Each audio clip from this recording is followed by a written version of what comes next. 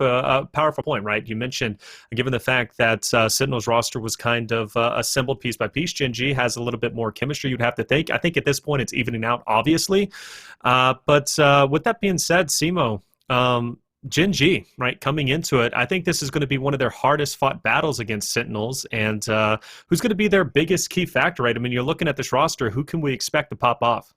I think if I'm not mistaken, there's been a little bit of agent swap within the team. I think Hyun has really started to pick up Jet to try to really put on some show-stopping performances similar to Wardell, similar to Tens, but maybe that agent swap isn't that that easy to just swap over. It's not the most comforting transition to a new agent when you've been playing Sova for quite some time for your team. And we've seen other great Sovas in the past. A player like Sam, who's an in-game leader on whatever team that he's on, and he leads the team by using Sova, by gathering information. But when you're taking that agent out of the picture and you're putting in Jet to try to match and mirror some of the play styles that we're seeing at the top of NA talent, it can't always be easy, especially if you're just trying to force the issue and adapt to what is already currently being played. One of the things that makes Sentinel such a great team is that they play to their strengths. Sinatra whips out the Odin here and there, and Tens whips out a Judge. It's really just however you want your play style to fit, and I think that's what's so amazing about Valorant is that there's not only going to be more agents on the way, but that means that your play style depends on how you want to play the game. And so Gen.G, maybe as they've seen teams now start to adapt and learn their own identity of how they want to play Valorant, they're maybe in a way falling a little behind because they're either trying to adapt to the meta or adapt to other people's play styles. They just need to find what works for them. And let's not forget, right, Gen.G, it's a younger roster, right? So obviously with the younger roster, they still have a lot of learning to do and even developing themselves, right? And I think that's kind of where Gen.G is starting to lie. There's a lot of pressure on this young roster, this young core, if you will. And sometimes that pressure can get the best of you if you don't keep a level head. I know we talked with Relics a little bit earlier, and he said, coaching is kind of in a weird spot right now, given how the spectator system works. So coaches aren't as prevalent as they will be, I'm sure, in the future. But maybe a solid coach coming in would benefit Gen.G to kind of keep them level-headed and keep them grounded, if you will. With that being said, though, now we transfer over to Sentinels. I know we've been having a big discussion about them, but last night they played incredibly well, right? And I think they had to beat Immortals, clearly. But we're talking about, men such as Dapper, who played so well. He had a ton of 3Ks. And anytime that for every life you're picking up 3Ks or 3 kills, that's tremendous, right? You're getting tremendous value for your life. You also have to point out the fact that Zoms, with the clutching up, Shazam, able to play a flex role, if you will, be incredibly successful in that. It makes them that much more deadly. But when we do talk about Sentinels, Bach, I'll throw it to you. Who are going to be the key players? I mean, when you're looking at the roster, people are going to point out Sinatra. They're going to point out Shazam as well, coming in from Counter-Strike. He had his longer and more successful run with Team Complexity when they actually made it into the playoff stages of the Face It Major in London. But Dapper and Sick are the two that I like to watch. Sick, during his time in Counter-Strike, was known for just being a mechanical monster, had really great mechanical skill, but other aspects of the game just didn't click as much for him. So I love watching him play, because he just wants to go around and click heads. That's kind of what he does, which makes it interesting to see some of his agent selection at time. But and then you have Dapper, who's another young fragger. I've had the pleasure of watching Dapper develop as a player. Going to his first LAN, I was casting at that event. He bombed out in the group stages. They did not do very well. I think he had a game where he only got like 3 kills. It was very early on. This is a couple of years ago. And I've watched him develop and mature as a player and become a stronger player as a result. Towards the tail end of his CS career, he was incredibly consistent, but just never got the opportunities, which seems to be a recurring trend for a lot of these guys, never getting the opportunities. So I feel like this is the chance for a player like Dapper to really solidify himself in a scene. So those are the two that I'm going to be keeping my eyes on. It's going to be Sick and Dapper. Shazam's going to get some flashy plays. Sinatra's probably going to buy an Odin at a couple different points throughout this series. Zoms is going to have a few strong clutches, but Sick and Dapper will be consistent. I can't wait for the Odin to come out because chat then lights up. Odin go Burr. That's the only thing that I really learned yesterday, I think, from them. But Dapper does dominate those pistol rounds, so we could be expecting to watch him pop off, especially in the beginning, and hopefully help the eco when it comes to the Sentinels. Either way, boys, the round is about to get started. Let's go ahead and get it going. Simo, Bach, take it over. All right, Bach. We got ourselves a best of 3 on our hands, and we've got some phenomenal teams to cover. And first map, of course, going to be Bind, and for the startup here, it will be Sentinels on the defense and Gen.G on attack. Now, this is the side selection that Sentinels chose, and for the following 2 maps, it'll be Gen.G on defense back to back. But let's just focus on Bind, and let's see how this pistol kicks us off. I mean, Bind is a map that Gen.G really likes to play. Currently boasting an incredibly high win rate, right around 80% of their matches that are currently being tracked. And then on the opposite side, Sentinels up there as well, 75%, but less sample size. Only 8 games currently being tracked by the Spike compared to 14 for Gen.G. We'll see if that has an effect as they use the Owl to lead them in towards Hookah. The Frenzy in the hands of Gen.G's Guimon. He's going to go ahead and toss the Flame Wall out. And in comes the curveball as well. No, doesn't decide to toss it. The Molly comes down, and it's great work from Zom, sitting inside the cubby, able to pick off 2 with the classic. Sinatra's there with the Frenzy as well. It's all falling apart here for Gen.G. As you've got one on the site, try and get that Spike down. It'll be a 2-on-3. Ooh, the peek out the Tunican, but it's Dapper from Hookah. He's going to take out his alter ego, Mikael, and now it's all down to Hyun on the Sova, trying to make things work for himself. The Spike looking to go down here, but they're just playing cat and mouse with him, trying to get him to peek around the corner, and it's sick. Talked earlier on how he just likes to click on heads. Well, he's starting off the first round doing exactly just that. The round going over to the defense, and now they'll either force up on some SMGs. Sometimes what we'll see is they'll keep with the pistol, and you'll actually see a player, usually the operator, obviously the operator player, will actually get an op third round because they don't invest in the SMG here. They rely on the rest of the team to pick up. You're seeing Sick and Dapper still deciding whether they want to invest or not, but Shazam usually the operator for the team buying that Bulldog. That's a little bit of an interesting approach. Michael going to toss that cam out. Instantly gets taken out by Zoms, who's over in U-Haul. And as a result, looks like Gen.G is going to tuck tail and turn a different direction. You've got this aggressive play coming out from the likes of Sentinels right now. Shazam is here with the Bulldog. And it's time to open fire. Somehow only picks off 1, shouldering the weapon and going with burst fire. But Sinatra is here, and oh, this should be time to punish. Only 2 kills as he decides to back off due to the damage dealt by the pistols. So they're inflicting some pain by taking these weapons away. Dapper also very low, 7 HP, as the Bulldog gets closer and closer. Tap shot's not on the money for Effies, as Sick will get the best of him in the exchange. PO1 does drop Zoms, but it's down to 1 here. But Dapper is so close to death and had to take that portal. It's all on the stage. So now it's going to be a 1-on-1. It's PL1 with the Spectre and the Spike on the B site. And I think Dapper's got 7 HP. Yeah, I mean, you can kind of hear him creeping, crawling. Of course, player 1 doesn't know! Dapper! Okay, yes, they ended up winning that round, but it's still going to be an expensive one for the defense. Like that, you know, for Gen.G, they came in with nothing. And now they will have the economy to buy the weapons that they want, the weapons that they need. But for the defense, really expect them to start to struggle here a little bit, as that was a pretty heavy force up for them. We even saw a Bulldog purchased on Shazam, so that means that they were really reaching far and deep into their pockets. So not really going to have a lot here. And for the opposite side, they're going to be guns blazing. And it looks like a setup towards A to kick us off. Yeah, Wynn's got a long shock dart. Kind of curious to see where that one's going to land. We've seen a couple of those long-range shock darts that land towards U-Haul. There's the portal coming in from Sinatra. Uses the curveball to lead around the corner, and Sick gets aggressive and showers at the same time. That's an excellent play, using that Phoenix ult to run it back to bring things to a 4-on-3.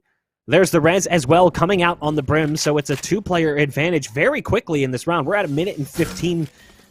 And Gen.G is looking to try and bring things back in their favor if they can. They've gotten short control, and they've got a wall down, but the wall has a gap, and Zom's likely to punish with it.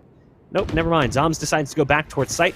Wynn's going to be locking down the U-Haul. A second wall comes in from the Sage. Spike going to be planted. Off positioning coming in from PL1 as to not get spammed. But as that happens, he will fall. It's all up to the Sage. Effie's in the U-Haul. First one will be his to take. Can't get the follow-up onto Shazam. A nice rebound on the round for Sentinels, given that they did lose quite a bit in the previous round. They're able to bounce back with this and upgrade a couple of the guns as well. Fuck, that was a broken buy for the Sentinels. Yes, I think I saw it was Sinatra with a Phantom. Okay, but not everybody had the weaponry that they wanted. Some of them even not having armor in that engagement on the push towards A. And so Gen.G, of course, they were looking for a default setup, smokes on the truck, and then the wall down. But Sentinels read that like a book. They sprayed that wall down the moment it went up. And And then for the side of player one, he was trying to get to the back corner, and he was taken care of immediately. Great communication from the Sentinels. And that means that Gen.G's on another pistol round, and Sentinels, they might have another round on the docket for them. Sinatra goes for that aggro peek. Purely gets punished, dropped down to 35 HP, has to back off. Obviously has the capability to self-heal as the Phoenix. Gen.G continuing to stick around on the B site, using Hwin's Owl Drone to try to get some intel on the site. Dapper opening up the Phantom, but again, no kills coming out just yet, just damage dealt on both sides. Sick is here. It's 4 players on this B site playing defense for Sentinels. As they continue to get closer and closer, the only one currently playing on A is the Brim. Should they decide to go for something a little bit crazy, like a portal strat, it might benefit them, but decide to stick around and Gimon's going to get one. You've got the wall going down, but it doesn't seem to be making too much of a difference as Shazam actually managed to pick one off in the meantime. Sick now trying to escape inside that smoke. The wall being broken by Shazam. Another one coming in from Shazam as the Sova. There's one still on the site inside the tuna can. It's a 3K for Shazam as they stomp out yet another take from Gen.G. Okay, listen, I get it.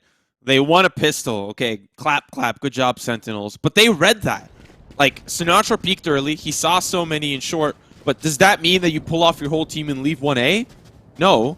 But they read that. They said, okay, they're going to commit to this push towards B, and so let's stack up. Yes, they lost a couple of members along the way, and it was still a costly round for them. I think, they lost 2 players there. But they still read that.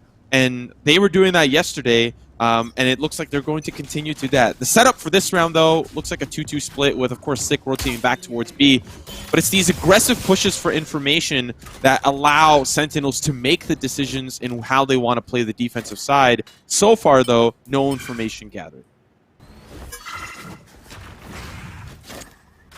Early orb control there for Michael as he picks it up as the Cypher is going to drop down the Cyber Cage as well. The Hunter's Fury being popped by Shazam sends a few pulses out. One does connect. But again, it's aggression right now coming in from Sentinels. They've got 2 players already pushed down long B, and they're a little bit slow on the rotate out. Finally, you can see the Cypher starting to come over to A to support. You've got the Brim here. The Molly goes down. Gimon leading things in with the run it back. The Owl Drone right behind him actually flashes it accidentally. Gonna spot out Zoms in the back of sight before eventually being snapped back into position.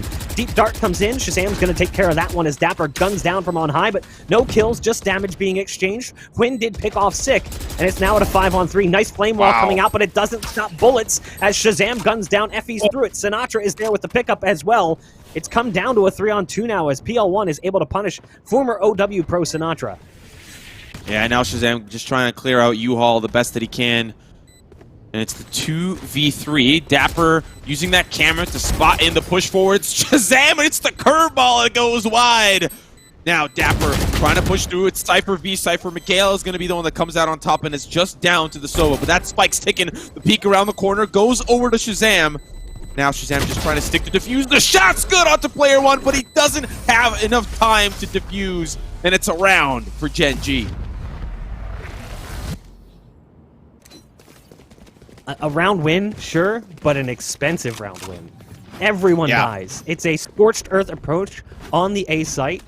So a bit of a punish there coming in from Gen.G. When you look at the way that Sentinels has been playing over on that B site, putting extra emphasis on the B site defense, especially in that last round. They double push B long.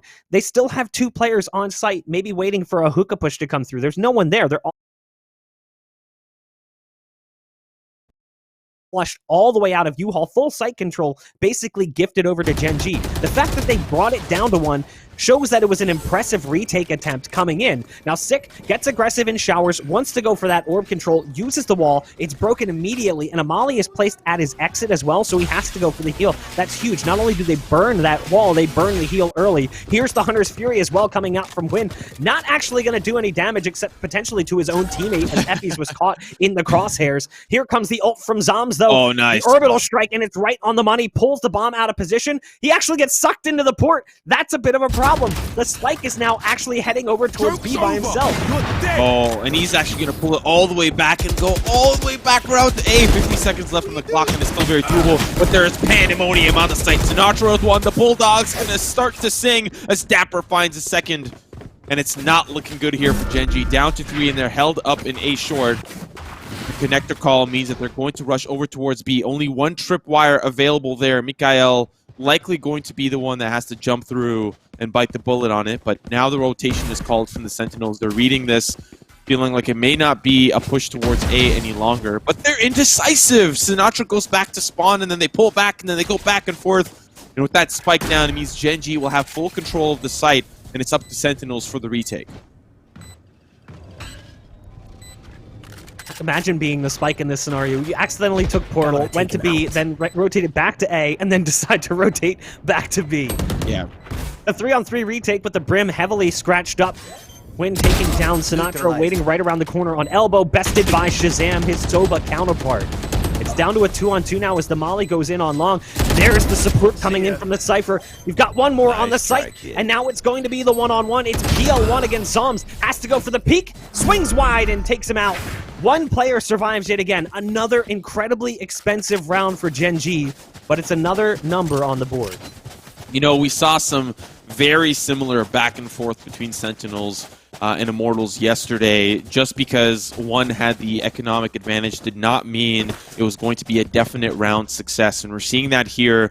You know, Eco's lost and Eco's won for both sides. And for the Sentinels, that means that they need to play a little bit more, you know, feistier. They got to get a little bit more in the face of Gen.G, and they're trying to, but these spikes go down, and I think that's where Gen.G have really shined.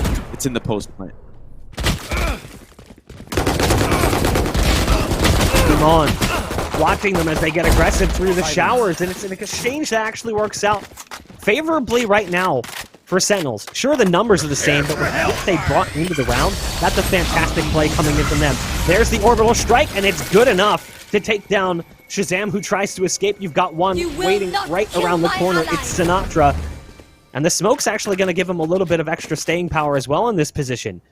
The slow orb dissipates and now has the opportunity to escape, but wants to stick around. There's a lot of bodies waiting outside that shower. If he can time this one right, might get a decent backstab. Yeah, they do peel off, though.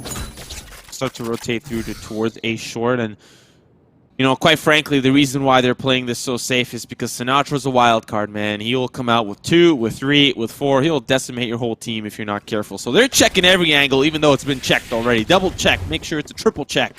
Checks across the board, but the only check that they want right now is to get that spike down. Sinatra rotating back through. His teammate has already fallen, and it's all down to him. He's got the Phantom in his hand, but can he get the job done? The smokes are obviously clouding his vision. And the rest of the teammates here from Gen.G all held up in U-Haul. If he just throws one little hot hand, he might burn them alive, but they'll obviously be able to get out of it. Maybe looking for a couple of exits here. One going to peek through. It's Mikael. They know exactly where he is. Player 1 might start to rotate over, but he doesn't want to be anywhere near the spike. It's these members that are held up in U-Haul that are the problem. Now the Blaze Wall going to be going up. He's trying to give himself some cover, but unfortunately it's not enough. He'll use it as his own cover. The spray is good onto Hyun. Still 2 members strong, and it's the recon bolt here that is the problem. It's all up to Sinatra to get out, but there's a Sage right behind him, behind the truck. It's Effie's going to take him down and around for Gen.G. I mean, that's just another Molly take coming in from Gen.G. You can see the way PL1 is playing that one back behind the play. He's sitting back on short, and he's just dropping that Molly down. Excellently played by Gen.G in the post plant, and also a good read. Given the way that things broke down initially with losing those players in showers, they managed to just kind of wait things out, and they stuck around a little bit longer, and it worked out quite well for them, actually. So now we'll be moving into what will be another buy round coming in for the likes of Sentinels, and we'll see if they'll be able to keep up that pace, continue to punish Sentinels for their sometimes lopsided defense. We talked about it before, sometimes sending too many players over towards B, playing hyper-aggressive, and you can see it again. Shazam is pushed up all the way in showers. There is a cyber cage down, so they know there's one here. It's all going to come down to timing. So they pop the cyber cage with an effort of getting showers control, and that's going to force Shazam and Sick out. Like Gen.G's approach, taking Sentinels to their own game. When the Immortals matchup, when it was on bind, Sentinels controlled the orb, regardless of what side they were on.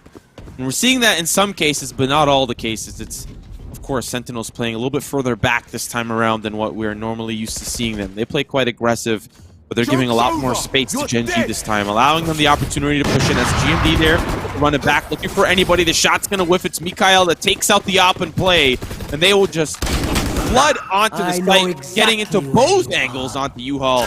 Mikael taking out Zombs, and a great approach from Gen.G. Only down to 3 now for the Sentinels.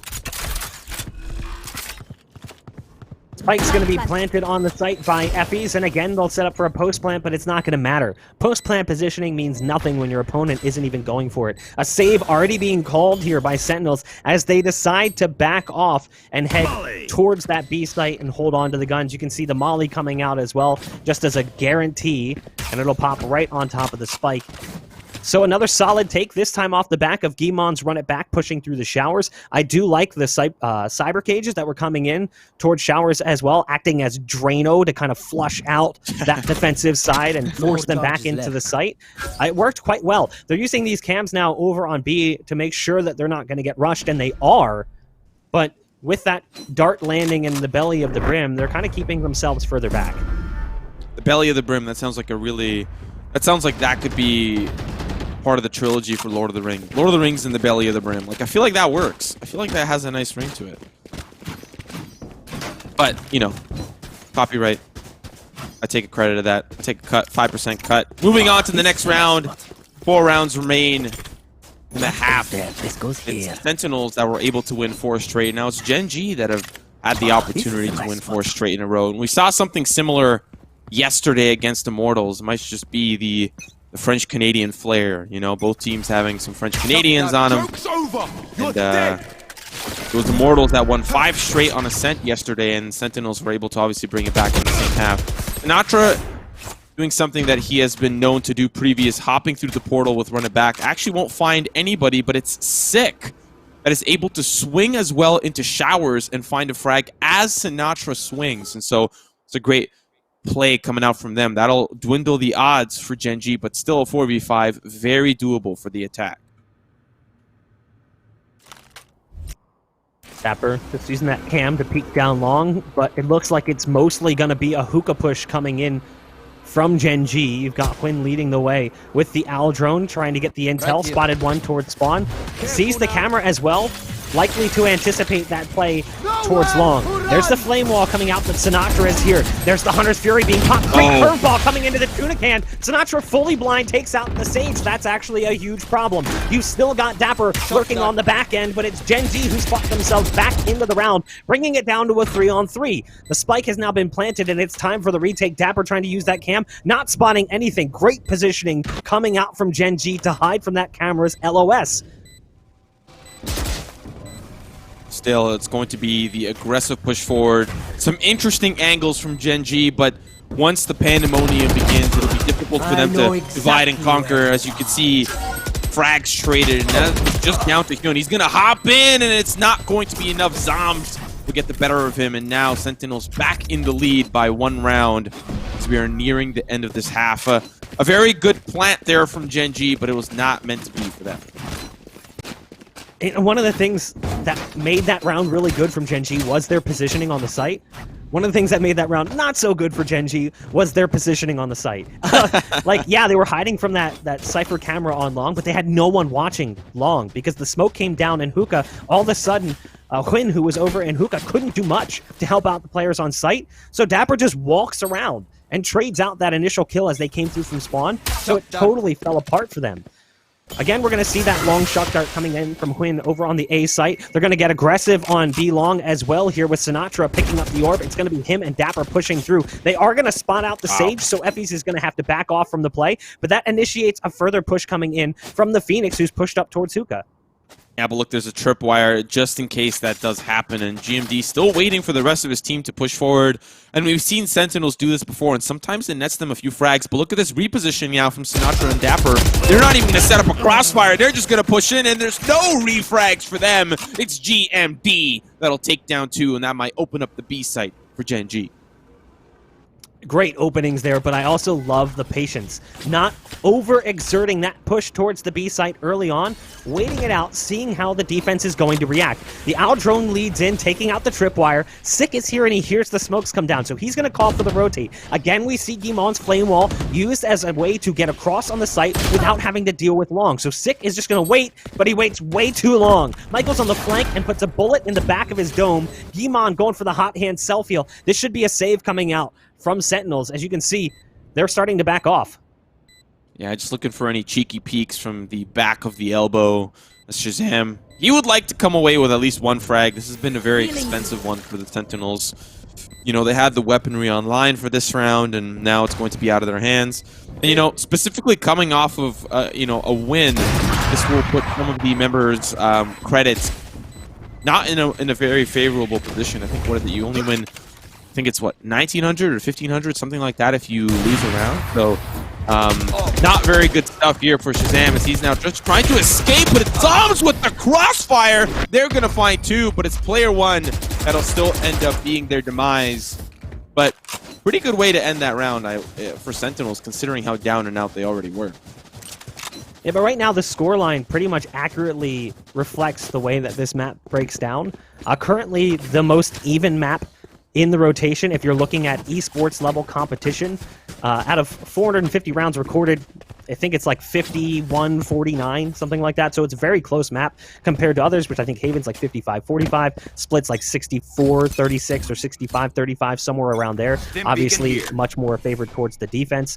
Stats currently not really being tracked too much for Ascent, and it's hard to say. Some people would say it's attack-sided, but results in this event would obviously indicate otherwise at times, so it's really difficult. Looking at the scoreboard, you can see Shazam on top, and he's gone for the judge. Sinatra, with that dart in his belly, is going to have to back off. Shazam wanted to go up on top of that box to catch them off guard. After intentionally watching his teammate get guarded, he's got the judge here. He gets spammed through.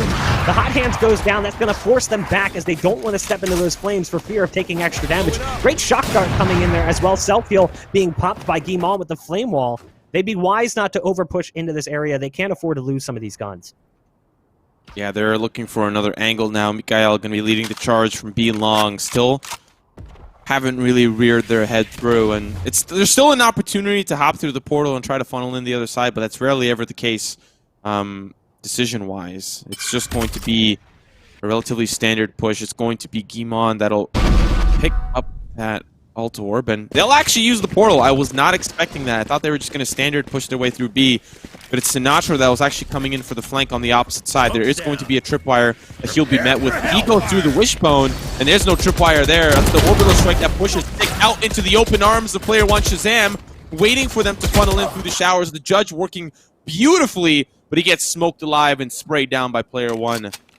Just down to the last and final player, Sinatra with a frenzy, and he's up against 4. Let's see how he does. Yeah, Shazam with the judge there, going to get a verdict of not guilty. We thought for a second we were going to see that heavy judge play like we saw from the likes of TENS, but it doesn't work out so well for Shazam, only getting 1 as he tries to step inside that smoke in the showers.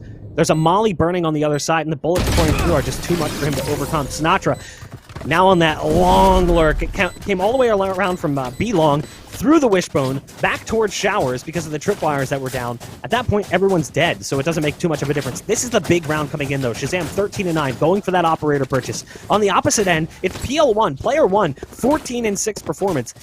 It's interesting watching his rise as a player, because he was a decent CS player when he played with this similar roster back in the CS days, but he was never necessarily the star, and then he stepped away from the game to focus on his education, came back for Valorant, and now he's having an excellent game in their opening match against Sentinels.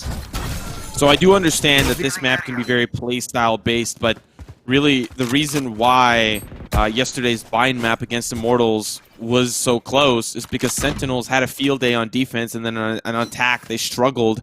Immortals almost had the best of them there, and we're actually seeing that almost to be the case here as well. It's Gen.G fighting tooth and nail to keep their attacker side, their attacker side quite good, and it's actually proving to be a problem now that I'm realizing that Sentinels is on defense, and they're going to be going off to the side that they're least comfortable with. So we'll see what ends up happening after this round. Of course, this is the last one, and already Sentinels, they've lost Sinatra.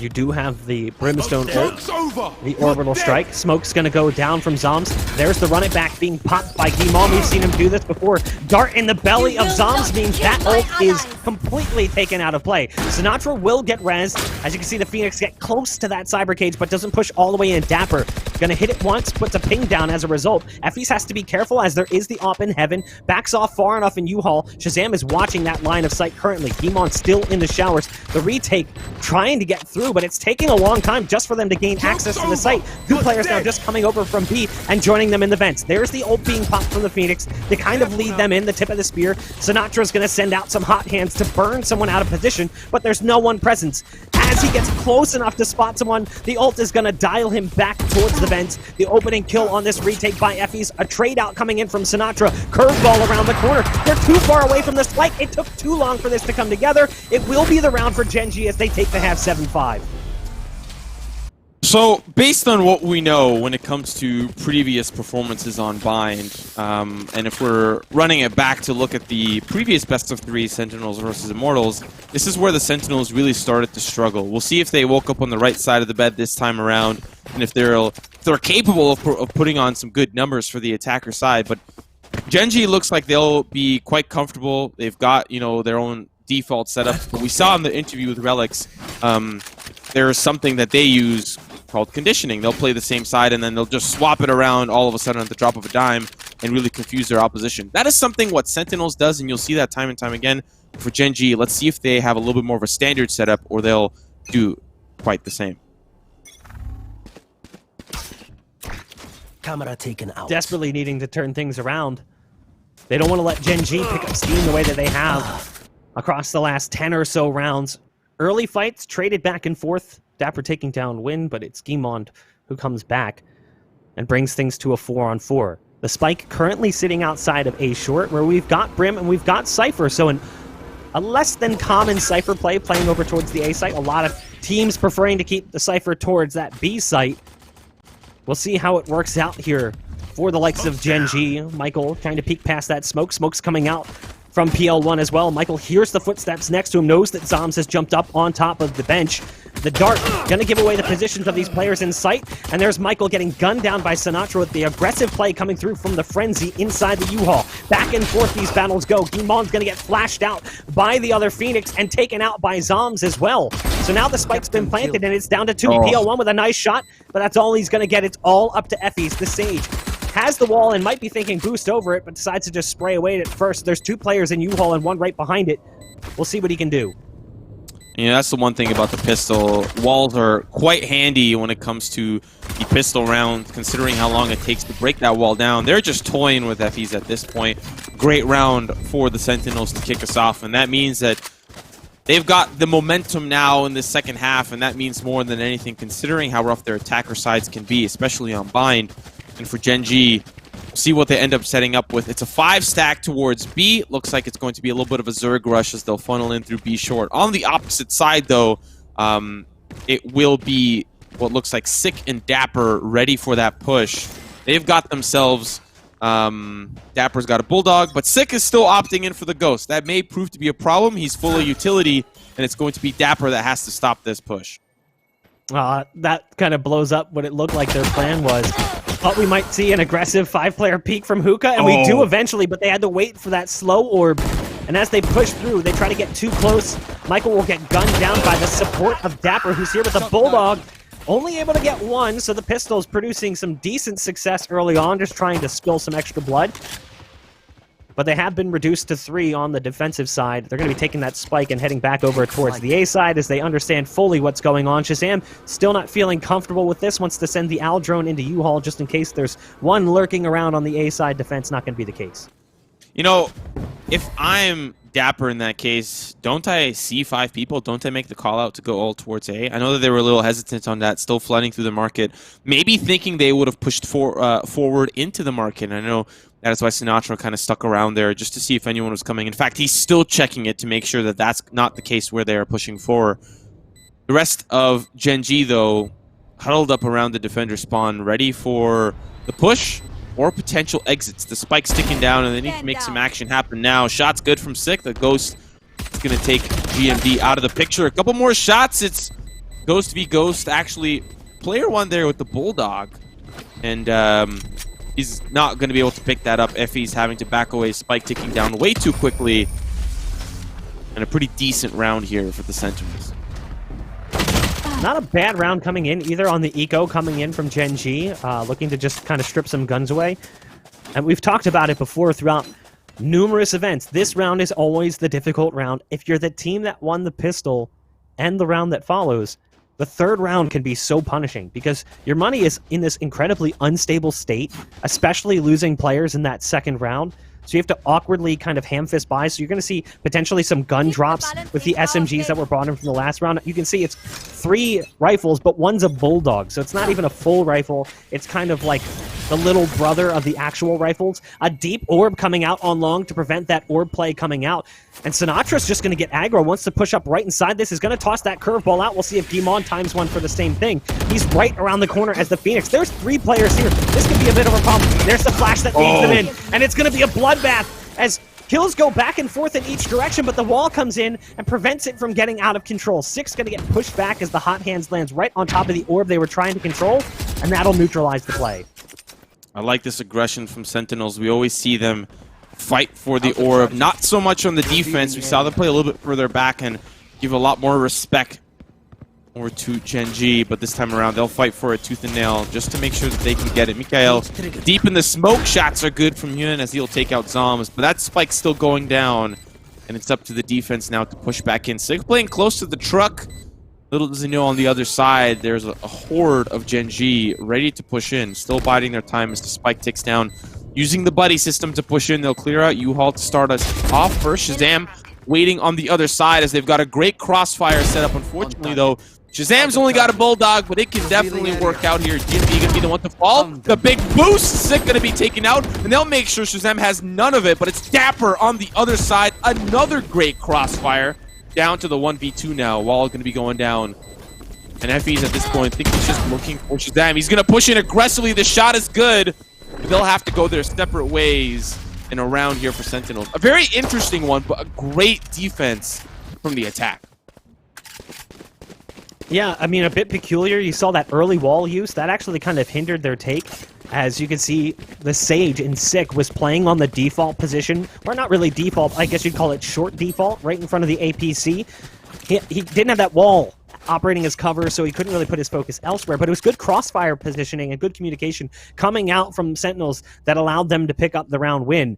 A bit of a clumsy retake in the end. The round started so well. It was read really well. It was a VOD review, if you ask me, kind of round. They've watched Sentinels play. They knew what to anticipate coming into that round. They expected that attempt for orb control on long. That's why they had so many players over there. Sinatra this time around is waiting for the push to come through. Switches to the sidearm with just 4 HP. He'll get the heal from the Sage. Gimon on the back end of the play, pushing down from mid. Has the Sage there to back him up with an extra heal. Shock Dart coming in. Does significant damage to Gimon, who already wasted that Sage heal, but it doesn't matter. It's coming down to 1. It's going to be Effie's in a 1-on-3, and all 3 players currently have their ult.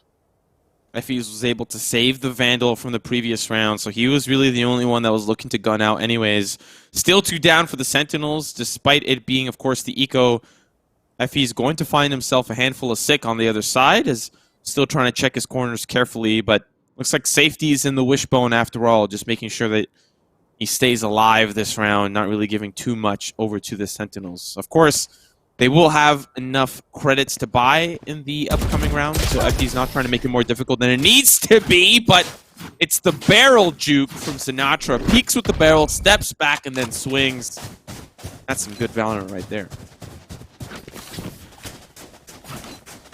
This could be the turning point for Gen.G in the second half. They need to pick up a win here. They needed to win this map because Ascent is not a good map for them.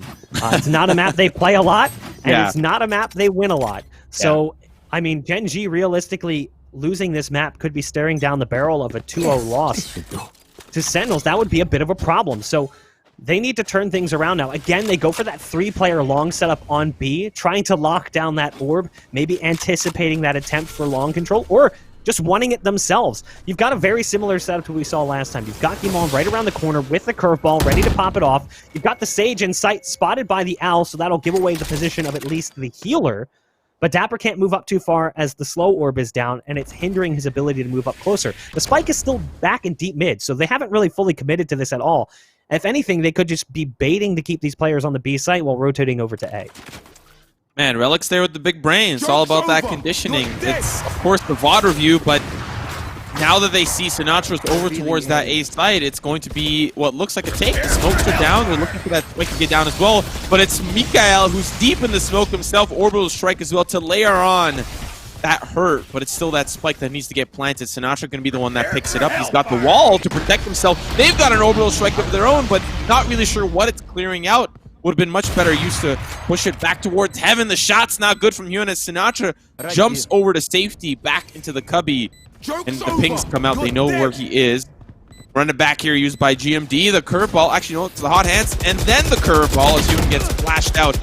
And now it's safety here for Sinatra. Player one going to be the one that takes him out. Player one with two. Just the A short. Not going to cut it for the Sentinels. And finally, Gen.G, they're back on the board. It was more of a zoning ult, kind of keeping them away from the site more than trying to inflict punishment or damage. If somebody's in that location, they're going to have to run to default right to where you guys are already sitting. So I understand the play. It wasn't about trying to actually take somebody out of the equation. It was about keeping everybody out of the site. If somebody had dropped down from heaven, they're going to die to that. They're either going to be rushed in and maybe they get one and get traded out, or they get none. So solid round coming in from Gen.G, exactly what they needed. 3 ults still available for Gen.G as well. You've got the Neural Theft, you've got Resurrection, you've got the Hunter's Fury as well. You've got Hunter's Fury on the defense for Shazam, who has to go down with light armor and a Phantom. No Operator coming in for Shazam this time around. We'll see how that impacts the play. Quinn's going to have his op, and he's got it trained currently towards the showers. They're lopsiding this defense back and forth. One round, there's 3 players long. One round, there's 3 players hookah. For the side of the Sentinels, they just love to send those feelers out and see where everyone is playing. A lot of respect to what could possibly happen, and it's the information game for them sometimes. The refrags as well, it's the res that they're trying to get and fight for it as Sick goes in, but it's the hot hands that'll have to force him back out. Of course, he's back up to full, but very interesting push towards Hookah. They'll even use the Hunter's Fury there from afar, and he will actually take out Shazam from a distance. Gen.G making it a very rough round for the Sentinels.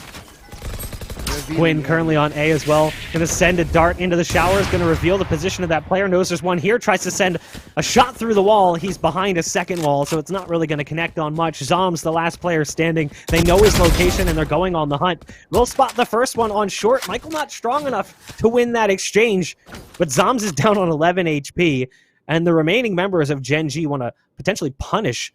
They also don't want to lose that money. They don't want to risk lopsiding their cash any worse than it already is. Great play coming out there with the Hunter's Fury, a peculiar bait res inside Hookah. I look at that one, I'm like, all right, come on, man. What did you really think was going to happen? I know what they're trying to do, but it just felt like it was an awkward time to go for that play. Wait, this could be very scary. Does he not hear them? Does he not hear them? That was a herd of wildebeests running down the alley there. I'm not really sure what was going on there. You play with sound in 2020? What's wrong with you? Yeah. Listen, I got my audio card in the mail, ready to install it. No, I'm just kidding. But tied us up 9-9. This is exactly what we saw yesterday from Sentinels and Immortals. A very close back and forth, but quite honestly, it doesn't feel as competitive as that previous best of 3. It feels more like Sentinels are trying things and Gen.G just have an answer. You know, they're prepared. They are able to stop the pushes forward, or they're able to figure out what are these wacky plays before they happen. Little jiggle peek there from Sinatra, but he won't get taken out. So that's one of the things this team I don't feel like currently has. Win is a competent operator player, but not necessarily as flashy as the likes of Shazam or Wardell or even Tens. So he misses that early shot, but he makes up for it on the fallback. The problem is now they've lost site control, so they're going to go ahead and try and secure that plant on the front side of the truck, and they get it off. So it's going to be a 5-on-3 retake. They do have the Neural Theft available there for Dapper. Molly's going to come down to his back site. Michael's not really having to worry about that one, can just sit back behind it. Dapper stuck back behind this wall, trying to find an angle towards the U-Haul, but he's only got a stinger, so from distance, this thing isn't really going to work out so well, and his body gets bopped into the portal as well. 10 rounds now on the board for Gen.G, who's doing kind of what they did in that first half, right? They started out a little slow, they lose the pistol, they don't do so well, but then they turn things around, and they start to take control. To be quite honest, you know, if Gen.G were able to be in the form that they are right now, when they fight for the pistol in the first two, first rounds of each half. And I feel like they would be an insane team. It does look like they get revved up as the half continues, and they're like, okay, now we've got our footing, we've got our foot in the door, we can continue to playing. But why does it take so long? Why does it take them some time to get revved up? And because I feel like they could just have some 13-5 maps instead of keeping it as close as it is. So this is what we needed to see. We talked about it. We needed them to do a little bit better on Bind. Aggressive play coming in from Sinatra and from Dapper. They go 1 for 2. Works out better for Guimon, who's got one target right around the corner. Has run it back available. Doesn't pop it. Zoms is there and wins that exchange. Down to 72 HP. They do have the Sage in play. Wow. Michael taken out on the back line by Sick. That Sage we were just talking about. PL1 is still in position. Uh-oh! Tries to find a corner. Not good enough. Gonna have to go out just a little bit further. And now it all comes down to this. It's Huynh, the Sova, in spawn with the operator. I think at this point it's a save. You don't want to give them that gun as a free upgrade. It's almost impossible to win 1v3. You know, at this point, the Sentinels, they love to hunt. That seems to be their favorite pastime. If they have the opportunity, they will try to flush out and take him out if they can. Sick, though, he's playing the angle game. He's ready to just hold that A key and peek. Unfortunately for him, Huynh actually even knows this. He knows that they like to hunt, so he's making sure to check his 6. No one's at the rear, so... Like you said, going to be the save here for Gen.G, but it's tied back up 10-10. And if this even goes to Game 3, if we see 3 back-to-back-to-back overtimes, I don't even know what to say about the Sentinels anymore. They just seem to always just take it to the edge, and they come out on top. But this is a different team. This is an Immortals. So for Gen.G, they have the opportunity to clean this up now. Don't know what their economy looks like, so I'd love to see the scoreboard, see where we're at. As we are nearing the end, the economy is really going to start to play a factor. But around on the board for the attack means they probably have some credits to spend. Yeah, the unfortunate nature of the scoreboard currently in the second half is a bug. Seems to have some weird success rate where occasionally if you hold down the scoreboard switching halves, it works fine. But if you don't and you do, it doesn't matter. Sometimes you end up with just one player on each side. It's really weird. Not really sure what's going on with that. That ult coming in from the attack was brilliant. They knew there was a player on site. He either gets away from the ult by running into that corner or he dies. There's no winning that scenario. He has to run away from the site. He just can't realistically. It's a perfectly placed ult given his position. There's again aggressive play coming out from Sinatra as he dives out of hookah. Shazam is there as well to take down PL1. You've got Effie's now who's stuck here in this position. Needs to fight his way out. Tries to reserve ammo, going with a few tap shots first onto Zoms, but can't win against Sick. It'll be a 2-on-3. There's already one on the site working their way towards elbow. Well, now that position's blown up as the neural theft gets popped. Huynh looking for a line with that operator. Going to send out a recon dart. No, it's a shock dart first to try and take down the planter potentially. Owl drone going in first. Might be able to locate that player hiding inside the tuna can. No dart going to be sent into the belly. A recon dart will connect with Michael, though, as he makes his way out from spawn. Huynh is there with the quick flick. Camera taken out. There's one right around the corner sitting in front side sight. Right around the corner he goes, and there's Dapper waiting. 11 rounds now for Sentinels. 1 up over Gen.G, taking the lead back. Okay, so we do have the scoreboard. Okay, so based on what we know now, it is obviously the forced up here for Gen.G. It looks like they will have credits to spend regardless. Win or lose, they will continue to have the economy go up. For the side of the Sentinels, very important for them because they are nearing the end of their lifeline loan that they have. Some members really spending everything that they have this particular round. So important for them to continue to win, but only 3 rounds remain until we potentially go to an overtime. And it's Gen.G that don't want to take it there. They just want to close things out now. Sentinels, of course, they've got the round lead. And if they win this one too, it is dire straits for Gen.G.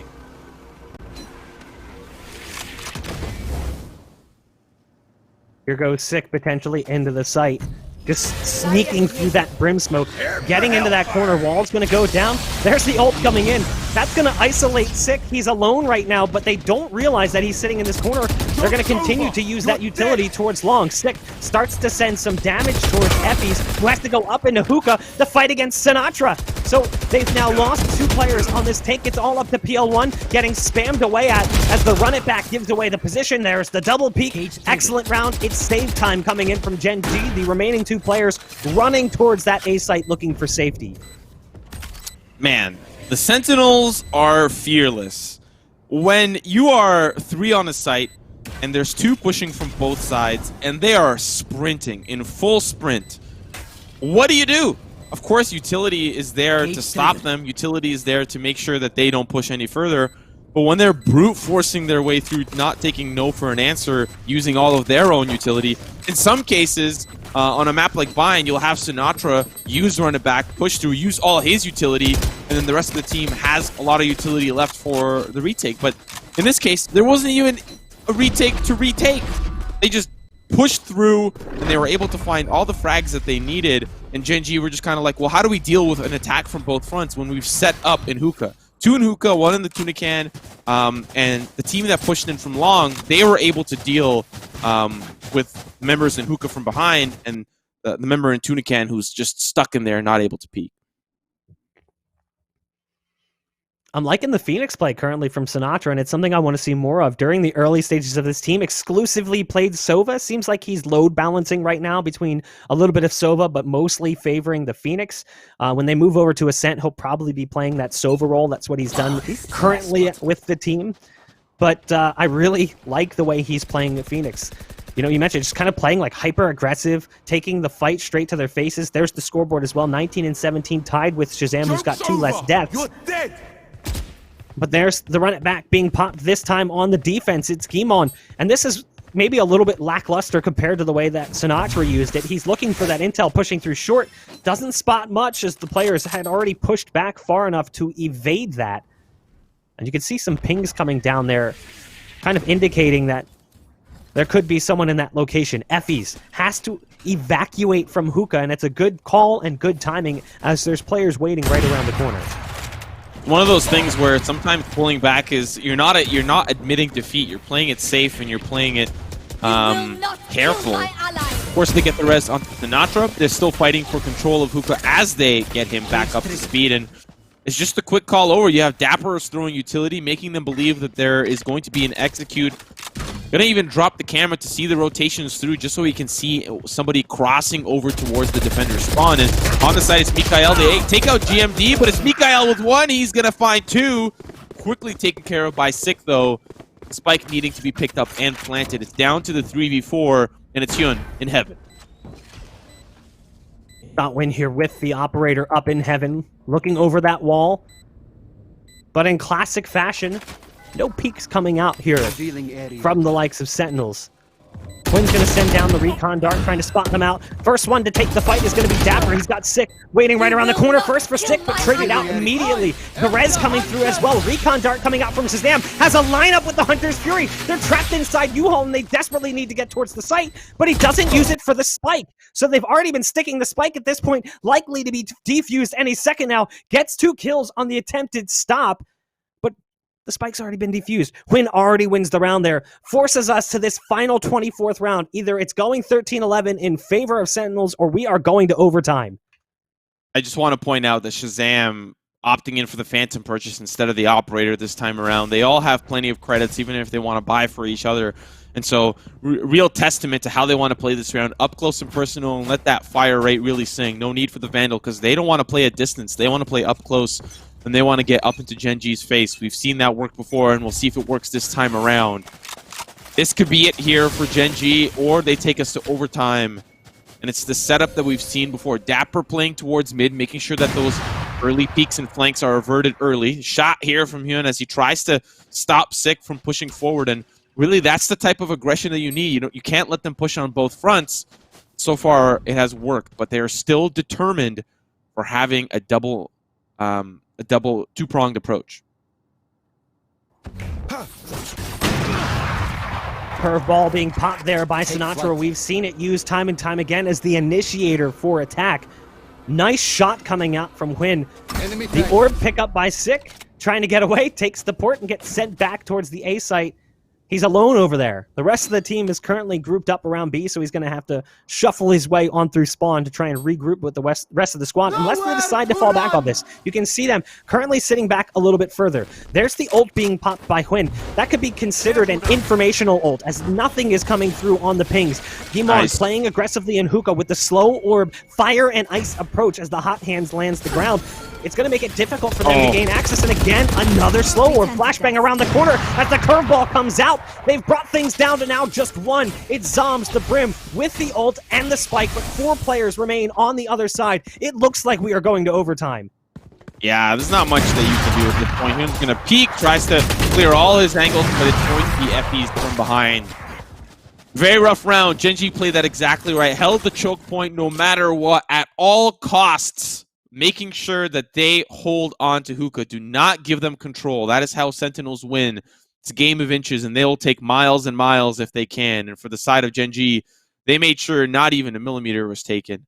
And now it's overtime. This is the opportunity for Gen.G to prove that they are better than the Sentinels and that they can take us to map 2, map 3, whatever they need. But like you said, it is going to be, I believe, Ascent next, and that is not something they are generally comfortable with. Yeah, just in case anyone's curious, the old overtime is what's live currently, as the new overtime is currently bugged. So not really something that we can use. We're kind of handcuffed there. So it is sudden death. PL1, Michael, Gimon, Hwin, and Effys have fought back to this point. 12-12, forced it to overtime. They have to win one more to take map 1 before they tread on over to Ascent, a map they have an absolutely terrible record on. Not a map that really favors them at all. Sentinels very likely to pick that one up.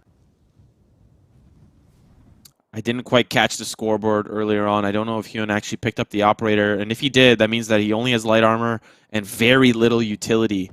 We've seen how important he can be in gathering some of those information pieces earlier on, but it's the rest of the team that are very likely loaded with assault rifles, ready for utility pushes forward. The push is good. Sick is going to be taken out, and it's already a great start, but it is Team Sentinels that are ready for the push towards B. They're actually already on the side, and it's really difficult for the defense to figure out what the hell is going on.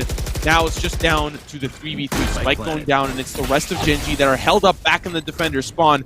They are all together. Operator from Hyun, I can see the outline of the weapon, means he has no utility except the recon bolt in 10 seconds. And that can be very crucial if you wanted to owl drone, if you wanted to push this together. In fact, they will just use their own bodies to push together. Great setup from Dapper. He's got the camera up just to see if anyone decides to peek. Shots good with the recon bolt. Spots out with the member in Tunican. And it's Mikhail that'll take him out with the penetration. Still down to just 2 members here for Sentinel. Shazam going to be holding wood. Dapper playing elbow. Shots are good. Shazam going to find there. One for the refrag. Still 2 more to go. And it's Mikhail with 3. Gen.G win map number 1 on Bind.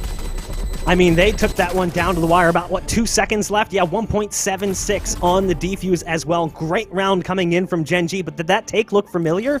That's the exact same take that we saw from Gen.G in that first half. The flame wall with the Phoenix to get out of hookah, throwing the curveball through to peek towards long. Very identical play coming out there, but it doesn't produce the same success for Sentinels in the end, as Gen.G surprise us with a comeback after looking a little bit rough at times. They end up taking the first map. They needed to win this map so badly. Yes, they did, because now there are going to be 2 maps that are very difficult for them to face. It's going to be Ascent, and it's going to be Haven. Of course, Gen.G were able to pick side selection on the 2 maps ahead, and they will be starting off on defense on each map. And for Ascent, that is very important for them to get a good foothold on their defensive side. I think you boys said it properly, right? That was a must-win to avoid the potential 2-0, but that also gives the added insurance now to Gen.G for them to potentially 2-0 themselves, right? We've seen plenty of upsets happen not only in groups, but also in bracket with TSM early exit. So with that being said, Gen.G, they might struggle, but they're still very much so in it. Either way, a fantastic round, came down 13-12, and I must say, so many good plays. You know, that hookah play, the bait out the res, the Sage res was fantastic, right? Put the hot hands down, absolutely nullifies it, gets rid of it. That's an absolute win-win. I want to point out, too, The Cypher play from Mikael as well as Dapper was beautiful. They were a huge momentum shift both times. Their camera placements, the way that they were pinging was fantastic. And two, you know, you have to put up the fact that Sick, even though we see Sentinels obviously lose that, the fact is Sick was playing the Sage incredibly well. His walls were on point to separate himself specifically on that B fight, because at that point in time, right, he knew that Gen.G was pushing in strong, and he was doing a great job kind of avoiding that. So many great moments to take away from that. But Simo, we'll start with you. What were some of the best moments? You know, quite honestly, I think Gen.G found not all the answers, but some answers towards the Sentinel playstyle. Sentinels, they like to get aggressive for orb control, and when they want to push a site, they push it as a unit, but they separate, they divide into groups. If there's an opportunity to have a two-pronged approach, they will. And in the case, whenever they hit B, they would use B long or they would use hookah. And at the end there, you saw that Gen.G were able to adapt and keep them at bay, and quite honestly, read what Sentinels were going to do. You know, you don't have to hit B every time. You have another option. There's an A site that you can go to. But maybe they were conditioned to feel like, okay, Hyun's always going to play there with the op. I don't want to peek that. I don't want to hide in the cubby. I don't even want to dry peek that for my own safety. And I mean, Bach even touched on it earlier on. He does use the op, but he's not the best operator in an A. But it's still scary enough that you're not going to dry peek, lose a member for free, and then you're scared to push in onto the A site. So they were kind of forced to go to B every time, and Gen.G, I feel like, found answers to deal with it. I mean, here's the thing. You're talking about that op, right? It's not that he's bad. It's just he's not Wardell. He's not TenZ. He's not one of these like really crazy like operator players who's going to light things up with really flashy plays. He's serviceable. Sometimes on another team, he might be a secondary op player, but he wouldn't necessarily be the primary. And part of that is that he's going to play it a little bit more passive. You have players like Wardell who want to take the fight to your face. They're going to rush something with an op, potentially play the jet role, get a little bit more aggressive. Huyn's going to play a little bit further back. And it's not that he's not going to get kills that way. He's just not going to get as many. And he's not going to have those big impact rounds, 4Ks, aces with the op. It's just not going to happen the same way. I must say, it was really entertaining to watch how quickly Sinatra would just push out of hookah. Right, he was incredibly aggressive, and it takes a lot of, I would say, cojones, if you will, to push out like that into Gen.G. But he was making it work from time to time. But he was also getting shut down, so maybe that aggression might need to be a little bit tapered off. But Sentinels, they're known for that. With that being said, though, round one goes to the way of Gen.G, and we have two more maps, hopefully, to play it up. But for sure, Ascent is going to be coming up next. A big challenge for Gen.G. We'll see if they can pull it off after this break.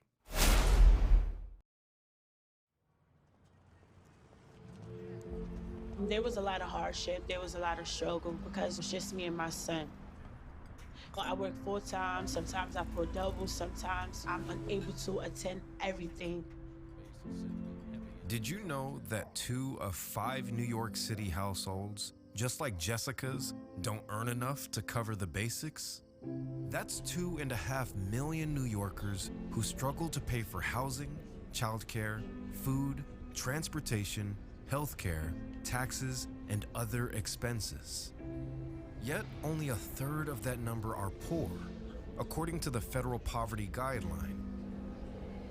They are the hidden poor, who are routinely overlooked and undercounted. My husband had just lost his job. He was struggling, I was struggling. We were falling behind bills.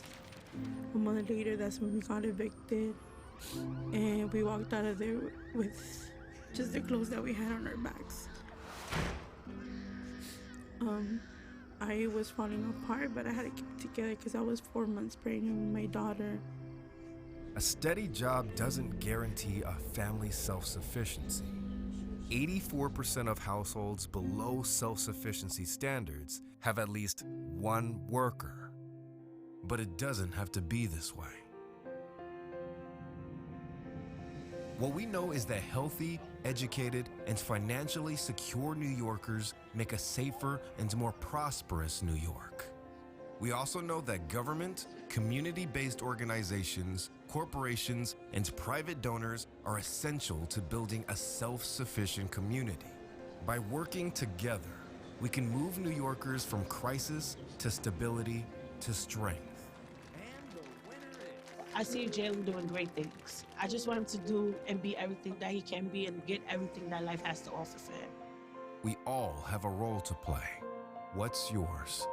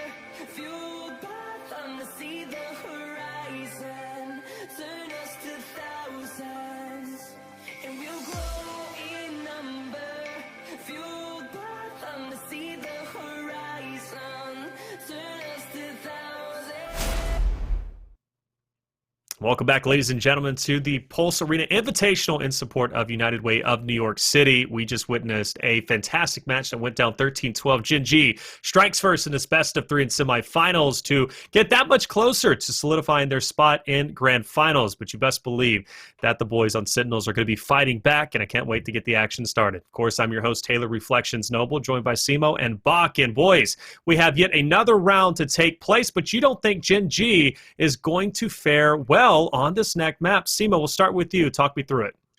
So the last time that these two teams faced, it was in fact the T1 showdown. I think it was actually in group stage that they were able to face off against one another. I don't think Sentinels made it very far in the playoff bracket, and it was Immortals that knocked them down. So it was, of course, a group stage match. And on Ascent, it was 13-7, where Sentinels won 7 rounds in a row on attack, and that is what they're starting with.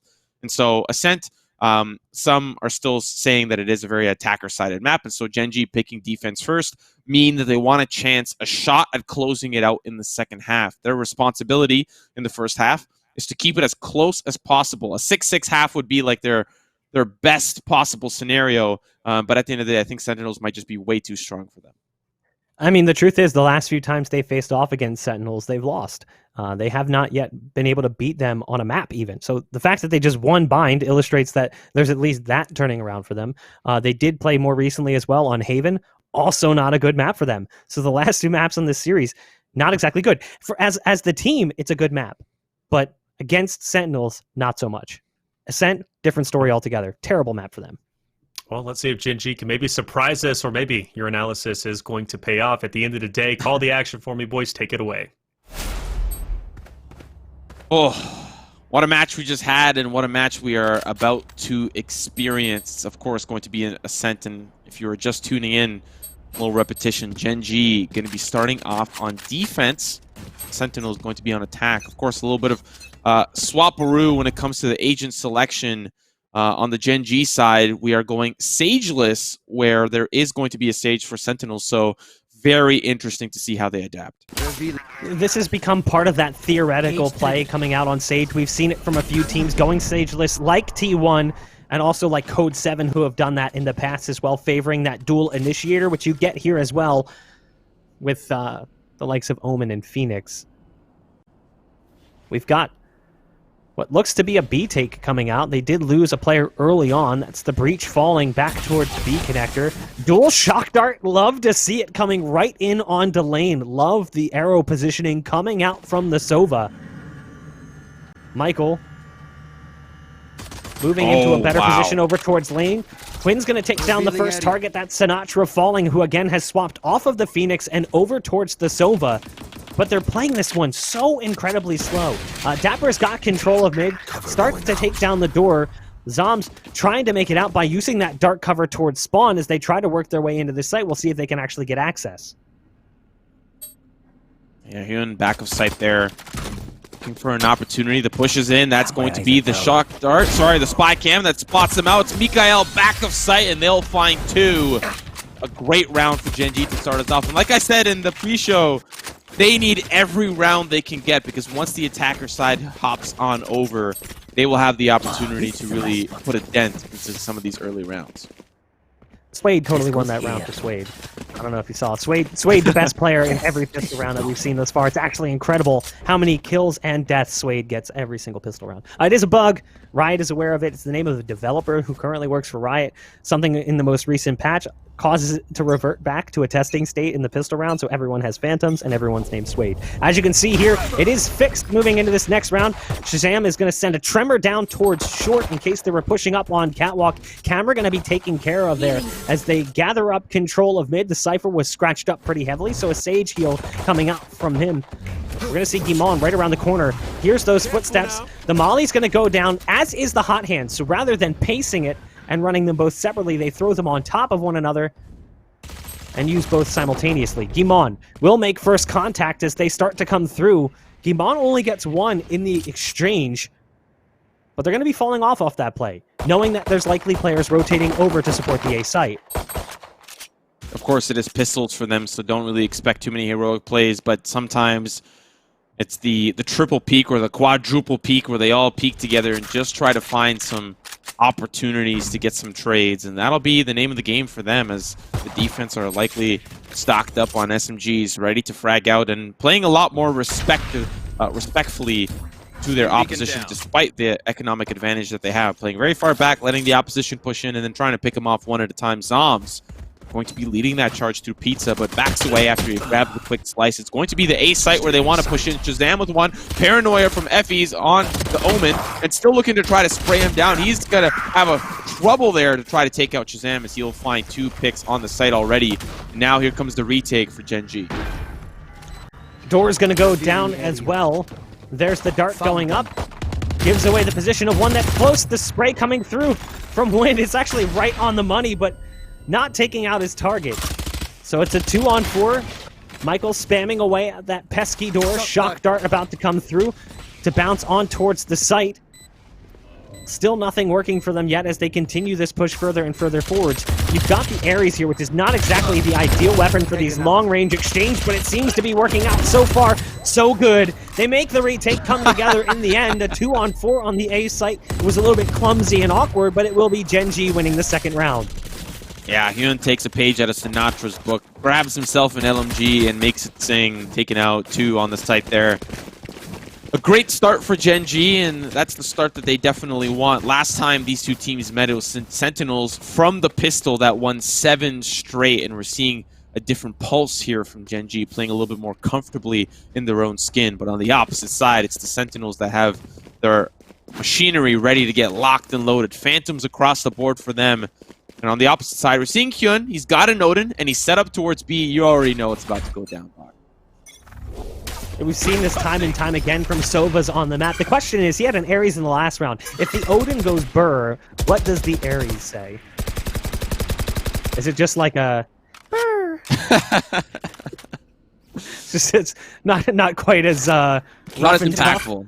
Not as impactful. No, it's like every you watch SpongeBob. Is that before your time? That's when you watch. There's this episode in SpongeBob where he tries to join a tough club, I think, and he's not let in, and he has to go through all these different appearances to make his way in. That's kind of how the Ares is. Ares is SpongeBob, and Odin is the Tough Boys Club. But hasn't worked out well for Hyun to start. He tried to spray through. In fact, I think they even end up with the ult orb there. And now, still 5 strong here for both teams. They're looking towards A, and we saw specifically at the T1 showdown, TSM take it to A it was T1 take it to A every single time on attack, and TSM could just not do anything about it. So far, it's been quite consistent for Sentinels to poke and prod their way through the catwalk, but on the opposite side is GMD waiting for them to push in, but it's the hot hands that have stopped their push. Breach flash kind of lead the way there. Nice flash coming in, does blind the target who was back behind the smoke, but it's a nice pounce from Gimon pushing through. They continue to wait their way towards this site as well, using that dark cover as a bit of a one-way, finding a gap, but it doesn't matter because the site's already been lost. So now there's going to be a retake. The spike being planted in the backside of site, back behind the double stack, with just a few seconds left on the round. It's all on the Omen and the Phoenix. Double dart there on Gimon. He's going to try and survive as best he can, but those walls on the B site, paper thin. Effie's now staring down the barrel of a 1v3, realizing that the gun in his hand is worth more than his own life. So going to be backpedaling out and trying to save it to bring it into the next round. Yeah, I mean, you might even want to look for exits, but because at the end of the day, you know, the defense, they're not going to have a great economy moving into this next one anyways. And so, well, I mean, Effie's obviously wants to save. He's down to 600 credits, but for the Sentinels, the more expensive that you can make it, the more members that you can take out from the attacker side means the less amount of weapons that they'll be able to buy in the next round. You see that they're on the hunt, trying to find where Effie's is located, but he's taking a quick swig from the wine cellar. Hopefully not too much, because he wants to be able to focus on the round at hand, round number 4 for them, as they need to figure out their economy situation. Not really going to be the best for the defender side, but they'll make ends meet where they can. So, how do they surround this Vandal? A couple of sheriffs and a marshal. So, we'll see how that works. A win on the classic, Gimon on the marshal, a sheriff for player 1, and for Michael, who's playing on the Cypher. You've already seen some of those one-way traps set up over on the B site. They've become ubiquitous with Ascent defense due to those tall arches on both the A and B site for access into the site. You can throw a couple on the A site, a couple on the B site as well. Here comes the push in toward that A site. The hot hand doesn't go out deep enough. The breach charge going to force Michael back just a bit. Flashpoint as well to push him away from the site. Tripwires coming down from Dapper low on the ground as well. Not going to be anticipating those. They've got the dark cover on the door that gave them access to the site. So it will be a spike plant and a 5-on-5 retake. Ooh, Marshall not going to be good. GMD, Sinatra just trying to hold up here down in hell. Those walls paper thin as well, and you saw a couple of shots trying to ring through. He will actually survive most of it. Dapper going to find one early. Shock darts are ready, or sorry, that's the recon bolt, and it'll spot too as the spray down is good. Sinatra and Shazam on cleanup duty, but it's GMD, the last janitor, clocking for the night, and he'll find a whole world of hurt from the Sentinels. A great round from the attack. That's kind of what you expect to see, given the purchase that came in from Gen.G. We'll see how they adjust moving into this round. They bought down to save just enough cash for the full buy-in here. And it looks like they want to get aggressive in mid. They're probably going to use the run it back from Gimon to try and get access into mid. He's got one right beside him. That's the Cypher and Michael, so they're going to try and go for some heavy mid play potentially and try to backstab through mid connector. As the round gets started, we'll see if that's what they decide to do. They're currently right around the corner on the other side of the wall. Again, you've got Huynh over on the B site, using what most Sovas playing B site defense do. The Odin, alongside the recon dart to give awareness of positions on the other side of the wall, and then just commence the spray down with that Odin. Paper thin walls make it oh so easy. The dark cover in mid, Zolms is right on the other side of that one. Here comes the Owl drone to potentially start this push forward. Again, we saw them early on. It looked like they were going to be posturing for a mid push with that ult, but they still haven't decided to do it. Still even managed to get that tracking dart as well into Zombs. Still going to try to put a dart cover, and he puts it quite far back as well. The flash is good from Shazam, but it's still GMD that'll come out on top. Neural Depth as well, as they're still looking for more. It's flash across flash, but Shazam will take out the dry peak, and it's just pandemonium here in the middle as the Kench bench gets unlocked. And it's a multitude of kills here for the Sentinels. They'll push now towards the B site. PL1 now coming back towards Market. Cyber Cage in his path. We'll have to wait for that one to dissipate. As it falls, there's a Sage right to the left outside the door. Effys is realizing, like, dude, there's no way I'm going for this. So he's going to chill back towards this A site. Wanted to go for orb control if it was available, but as the spike gets planted, the orb's going to pop. So Effys now just trying to find a safe location to hide in with that Phantom. Not the greatest round coming in from Gen.G. The mid control. Thought we'd see a little bit more for them using potentially that Phoenix ult to get aggressive and spot out players early. Instead, they just doubled up on one side. Once that first kill came through, the spray started to pour through the wall. The Odin trying to support as well from Hwin didn't really produce much. In fact, in the end, the res comes through, so they got nothing for it. One player dies and then gets brought back to life. That was Zombs. So it's down to Effys now, just watching that clock tick lower and lower and hoping nobody gets close. Last time these two teams met, Sinatra didn't really have the greatest of games. In fact, he bottom fragged on Ascent. He was 8-9-8 with a kill participation of 10%, which means he wasn't very involved with the win that had occurred over Gen.G. But this time around, it does feel like there's new life in his playstyle, and he's started to climb the ranks in his own team. And for him, he's still near the bottom, but it is, of course, Shazam, in some cases, really the first one to push through. I mean, he's got the flash after all. But things have changed since the last time these two teams have met, and Gen.G can really still put on a great performance and try to close things out 2-0. I mean, that's at the end of the day, that is their goal. But on a map like Ascent, we covered it earlier on, very difficult for them, as we are now seeing, of course, their sheriffs are out, and it's only going to be Effys with the Phantom. See how they deal with this round.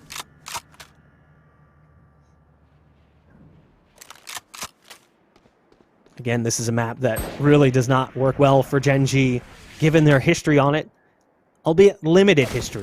Nice shot to get things started from Gimon from over on Cat. Sends an additional bullet into the belly of the Omen. That calls him to reel back towards spawn. Self-heal coming in from Gimon. We'll see how they decide to react off this man advantage. You've got the Phoenix currently over towards Tree Room with support coming in by way of the Omen, currently sitting up in heaven, back behind the spammable box. Again, that's Effys, who was forced in a save scenario twice this game, getting comparisons towards James, a player from Counter-Strike who's notorious for doing the same. Nice paranoia coming out from Effys from up on high. Produces 2 kills, brings it down to 1. It's Shazam as the breach, going for the spike, which was dropped over towards the door. Gonna shut that door and has to face off against 3. Yeah, great eco here for the side of Gen.G. They're really making it work. That spike about to go down, but it's the recon bolt that almost spots him out. He's flashed and can only see the light from the sunlight. GMD will take him out, and they upgrade a lot of weaponry, or at least enough for them to make it worth their while. A great round from them, and I mean, we're going to keep repeating and revisiting the storyline for how these two teams faced off on Ascent before,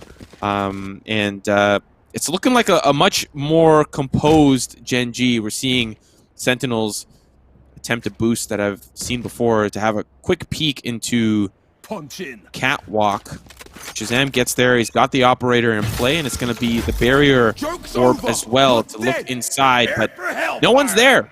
They're pushing aggressively past the Oak orb on the A side, looking for whoever's on the opposite side, and to run it back, that'll eventually dissipate. Shazam still holding that angle, and now it's a Hunter's Fury as well to try to answer back from Sinatra. He will find himself a pesky little Phoenix. GMD will fall, but they're still fighting for control.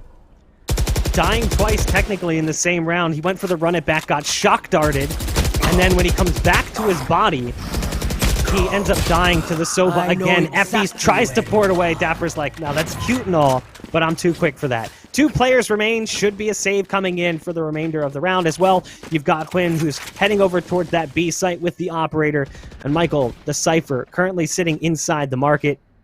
It's a good round coming out from the likes of Sentinels. Gen.G tried to go aggressive over towards long, got countered out quite nicely by the orbital strike. Shazam's going to pick off Win. That's the op going down. So now Michael's trying to pick it back up, but there's too many players. They're surrounding this op, knowing that he can be present. Misses the first shots as well on Dapper, who jumps away to safety, surviving with just 11 HP. Great round for the Sentinels, and it was off the back of maybe some overzealous play from Gen.G, just trying to make that push down, the right side work out for them, and it almost did, but a lot of great utility spent from the Sentinels to keep them at bay, and then after that it was just restructuring, repositioning, and hunting down really some of the rest of the members after they got some pretty early picks. And now it is Gen.G that they've got some weaponry, and it's GMD unfortunately with the Bulldog, but it's Hyun with the Operator, and he's going to be looking toward that B push, and it's an early shot from Shazam, taking that op out of play, and they're going to push in towards B. Huge entries currently coming in from Sentinels here as they continue this push towards the B site. Player 1 picking up where he left off in that first map. There's the breach charge coming out. Player 1 playing on the other side of it. Shazam with the quick shot coming out from the Operator. There's one more still lurking in the shadows in the site. It's Effie's, and they've brought it down to a one-on-one. It's Shazam with 46 HP, Spike in his hands, Operator as well against Gimon. Gimon playing as the Phoenix, wants to take the fight, doesn't make the difference. Shazam drops down to 11 HP before hitting the shot. That's a 4K on the round for the breach. Yeah, when it's you and against the Operator player, good luck. Especially if it's Wardell, especially if it's Tens, but in this case, it's Shazam, and he's topping the leaderboards, 12-4 and 1 in scoreline. 7,200 credits as well to his name. He is rolling in the dough now at this point, and it's 2-round lead for the Sentinels. Gen.G, of course, can still make things competitive if they keep fighting the good fight. The half last time they fought was an 8-4 half, and it's currently trending that way as well. Gen.G possible to have another round on the board, but Sentinels have got some great momentum. Gen.G now on the eco, pistols in tow. The spray is almost good from Sick. He's going to find 2. I thought he was for sure in trouble there. Dom is looking for that paranoia, but it's Hyun who gets flashed out on the other side. It's just flash after flash, and he can't even press the button from the Sheriff. Down to the 2v5 now for Gen.G. On with the Marshall. Hey. Sitting back towards mid, just hoping to find an exit onto somebody, catch somebody off guard. You've got Effie's here with the pistol. 3 rounds currently for Gen.G, a 6 going to go on the board in just a moment here for Sentinels. Again, we talked about it coming into this. This is a map that definitely favored Sentinels by a landslide. Nice flash coming out. The pistol, not going to work out so well. Despite the flash work being done, it doesn't really produce any success. All 5 players survive a flawless round coming out from Sentinels. And you've got 3 ults here. You've got the Omen ult. You've got the Rolling Thunder coming in from Breach. And you've got the Resurrection for Sage. Whereas on the opposite side, you don't have anything. They're close on a few. Brim needs 1 point. That's PL1. 2 for Effie's. But they're going to go heavy on the investment. They're going to go with the dual Operator play. So Quinn and PL1 both picking up the op this time. We'll see if that's going to produce the success that they've been looking for. Quite frankly, in some cases, that might be the answer for them. If you're able to keep your opposition at bay, one shot will seal the deal. We're seeing Hyun here get into position, but it's the fault line that'll make it difficult to peek that angle. Now having to back up and give the opposition some more space. Unfortunately, to the start of the round, it's the Operator that does not really produce any results quite yet. Sentinels still using their 2-pronged approach, looking towards A and looking towards B, but that middle is wide open for both teams. They're going to find one early. It's the teleport into the back corner of the A site. They will look like they'll have control, but it's GMD with 1. Zoms, though, from the top, going to find one to answer back. Sinatra, sorry, the one to take that one. And it is Gen.G now here for the retake. Another advantage for Sentinels as well in the scenario. Mikhail back behind that cyber cage in mid, has to wait for it to go down before he can advance much further. I mean, with the positioning right now, it doesn't look like a retake is even close to likely. So after that early exchange is lost, they realize, okay, like, this is done. Get out of here, pull the ripcord. Despite that early kill onto the Sage, there's nothing else going for them. A 7th round now for Sentinels as they continue to steamroll on the attack. Outside of the pistol, there's been only the 1 round. They win the pistol, they win that 2nd round, but as soon as the rifles got brought into play, we've only seen 1 rifle versus rifle round success coming in for the likes of Gen.G. So this is just continuing to just roll out of control. It's a snowball downhill right now. A 9-3 half seems somewhat likely if this continues in this fashion.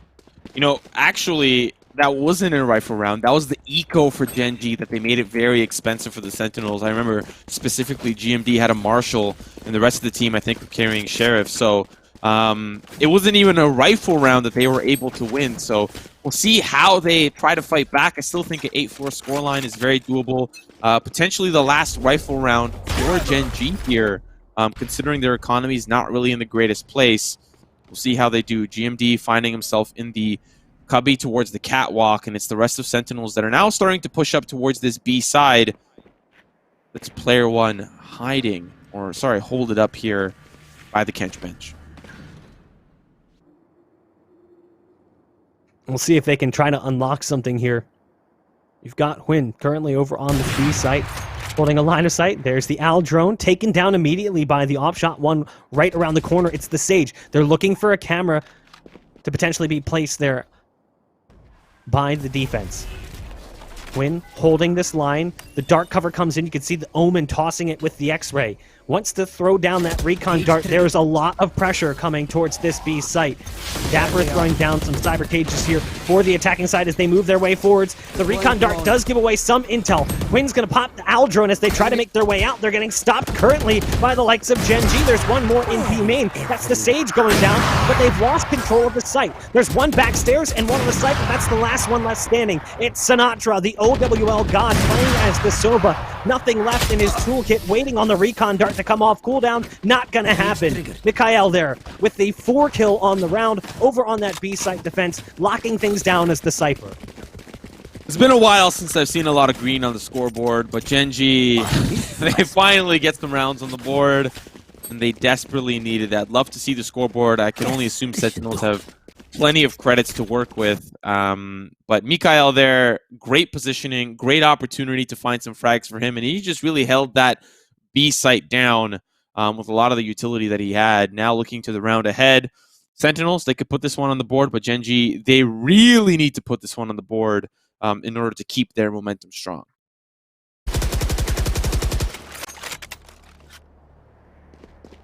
Aldrone going through the dark cover. Spots one back behind the APC. Sinatra. There's the Odin we've been wanting to see, and he's holding that line, currently waiting for the peek to come out from Eppies. He is locked in a terrible position. The shock dart comes out instead, so that LMG not going to go brrr here, as it is just the shock dart that goes down on range. Meanwhile, across the map, we've got Huynh picking one off as the opposing Cypher. So it's back down to a 4-on-4 as the clock hits about 1 minute. Yeah, still going to actually push a little forward, looking for who's on the other side, and they will swing as a team here. Sick actually going to lead the charge first, peek it a little early, the jiggle peek, but the patience from Huynh, and it's a face full of lead for Sick, now having to back away and give the opposition more space, but this is not looking like a good round for the Sentinels. They'll need a lot of picks if they want to push forward. Huynh, though, he needs to make sure that his back is covered. It's Mikhail who is back there. Recon Bolt's going to spot him out, so now having to back away, looking to try to dodge some of those bullets from Sinatra. The Odin not going to connect. They'll have to back away now down to the Hunter's Fury, looking for who's on the other side. I think he lands the first one, but it's the second and the third that won't seal the deal. Now player one as well. He finds one onto Shazam. It's falling apart for the Sentinels. Zombs peeks at the wrong time. It's the orbital strike. GMD almost gets caught in the fire, but now using run it back, he wants to try to hunt down Sinatra, the last one standing, and he's just hopping his way through. Player one finding that last frag, and a much better half here for Gen.G. Yep. Unfortunately, we are going to end up with that pesky scoreboard bug that we've mentioned at previous times. Only one player from each team being illustrated. Rito, please fix. So we'll get to see kind of what the buy is going to look like based on Gimon and Shazam's money. But I guess that'll be good enough for us. 7-5 the first half coming in from Sentinels. No surprise to see them take the lead here. Again, a map that has not historically created too much success coming in for the likes of Gen.G. But again, it's still early on in this map's history, and they haven't played it a whole lot. So the sample size is really small. It's a possibility that we could see things turn around. It does look like we're going to be seeing an A-take come in from Gen.G. You've got Effie's looking like he wants to do the bike hop up on top of the box to watch for that aggressive play. Actually backs away from it instead. And it looks like that's going to be PL1 who actually misses the jump, so never mind. There you go. Second time's the charm. Actually, Dapper's anticipating it. A couple of pre-fire shots to stop that bicycle push from happening. Paranoia going to reach the depths of the site, but still Zoms who's flashed to infinity and beyond. It's 2 kills here for Gen.G as they push in. Shazam now trying to reposition, breaks down that window. Now the Aftershock trying to weed them out one at a time. It's still 3 members here for Sentinels. Anything is possible on the pistol. Sinatra with the shock bolt going to find one, leaving more room to break their way back onto the site. Recon bolt now here from Sinatra, but that spike had a really delayed plant. They still have a lot more time if they want to push in.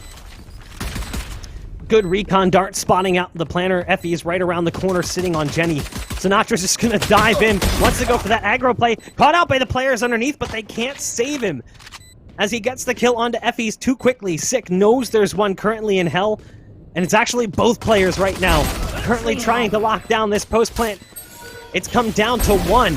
It's Quake over on long. Nice shock dart straight to Shazam's face. The slow orb is down. Tries to peek out into it, just baiting out the shots right now. Goes a little bit wider than you'd like to see. But he's forced to fight. He's forced him off the spike. The round will be Gen.G's to take as Sick has to hightail it out of there just to escape the radius. Not gonna happen. A 6th round on the board for Gen.G. And looking back at the last time these two teams met, it was Sentinels that won this round as well. And so things are starting to play a little differently for Gen.G. They've started to maybe practice Ascent more or feel a little bit more comfortable on it. We have, of course, seen Sentinels have great success on this map, and it is a map that Gen.G seems to struggle with. Their record on it not really quite great, but we might start to see a new evolution of the team as they have found some answers, and they're looking for yet another A take, but it's Sentinels that are ready for a rush in the middle. Careful now. There's the stim pack. Something we don't see brought out too often from the Brim kit. Watching for that push. Look at what is waiting right behind this dart cover. There's the recon dart going down. I love the approach, but again, it's a good read coming out from Gen.G. They almost anticipate this level of mid-aggression. Using that port to get away from the danger is Effie's. So they reduce the defense to 2. It's Sick, and it's the Cypher by his side of Dapper, who's currently back towards Tree Room, trying to find a better position with the Classic. There's targets waiting right around the corner. The Aldrone, though, is going the wrong way. Goes for the Burst Fire, doesn't produce any success. A flawless round and a couple of extra dunks coming in from Team On there before we move into the first pie round. And that ties us up. It's 7-7. This is starting to look a little uncomfortable for the Sentinels. They had a really good start to the defensive side last time these two teams met. And what that means for the Sentinels now is they really need to figure out how they want to stop these pushes in from Gen.G. Of course, this is going to be the first rifle for them on the defensive side, and we saw in the previous half, once they had the rifles in the hand, that's where really the rounds really started to lay on one after another. And for Gen.G, if they want to keep up this momentum, they need to continue to use their strategies that they're comfortable with, use the executes that they like, and already a smoke towards Cat and a heavy push towards A.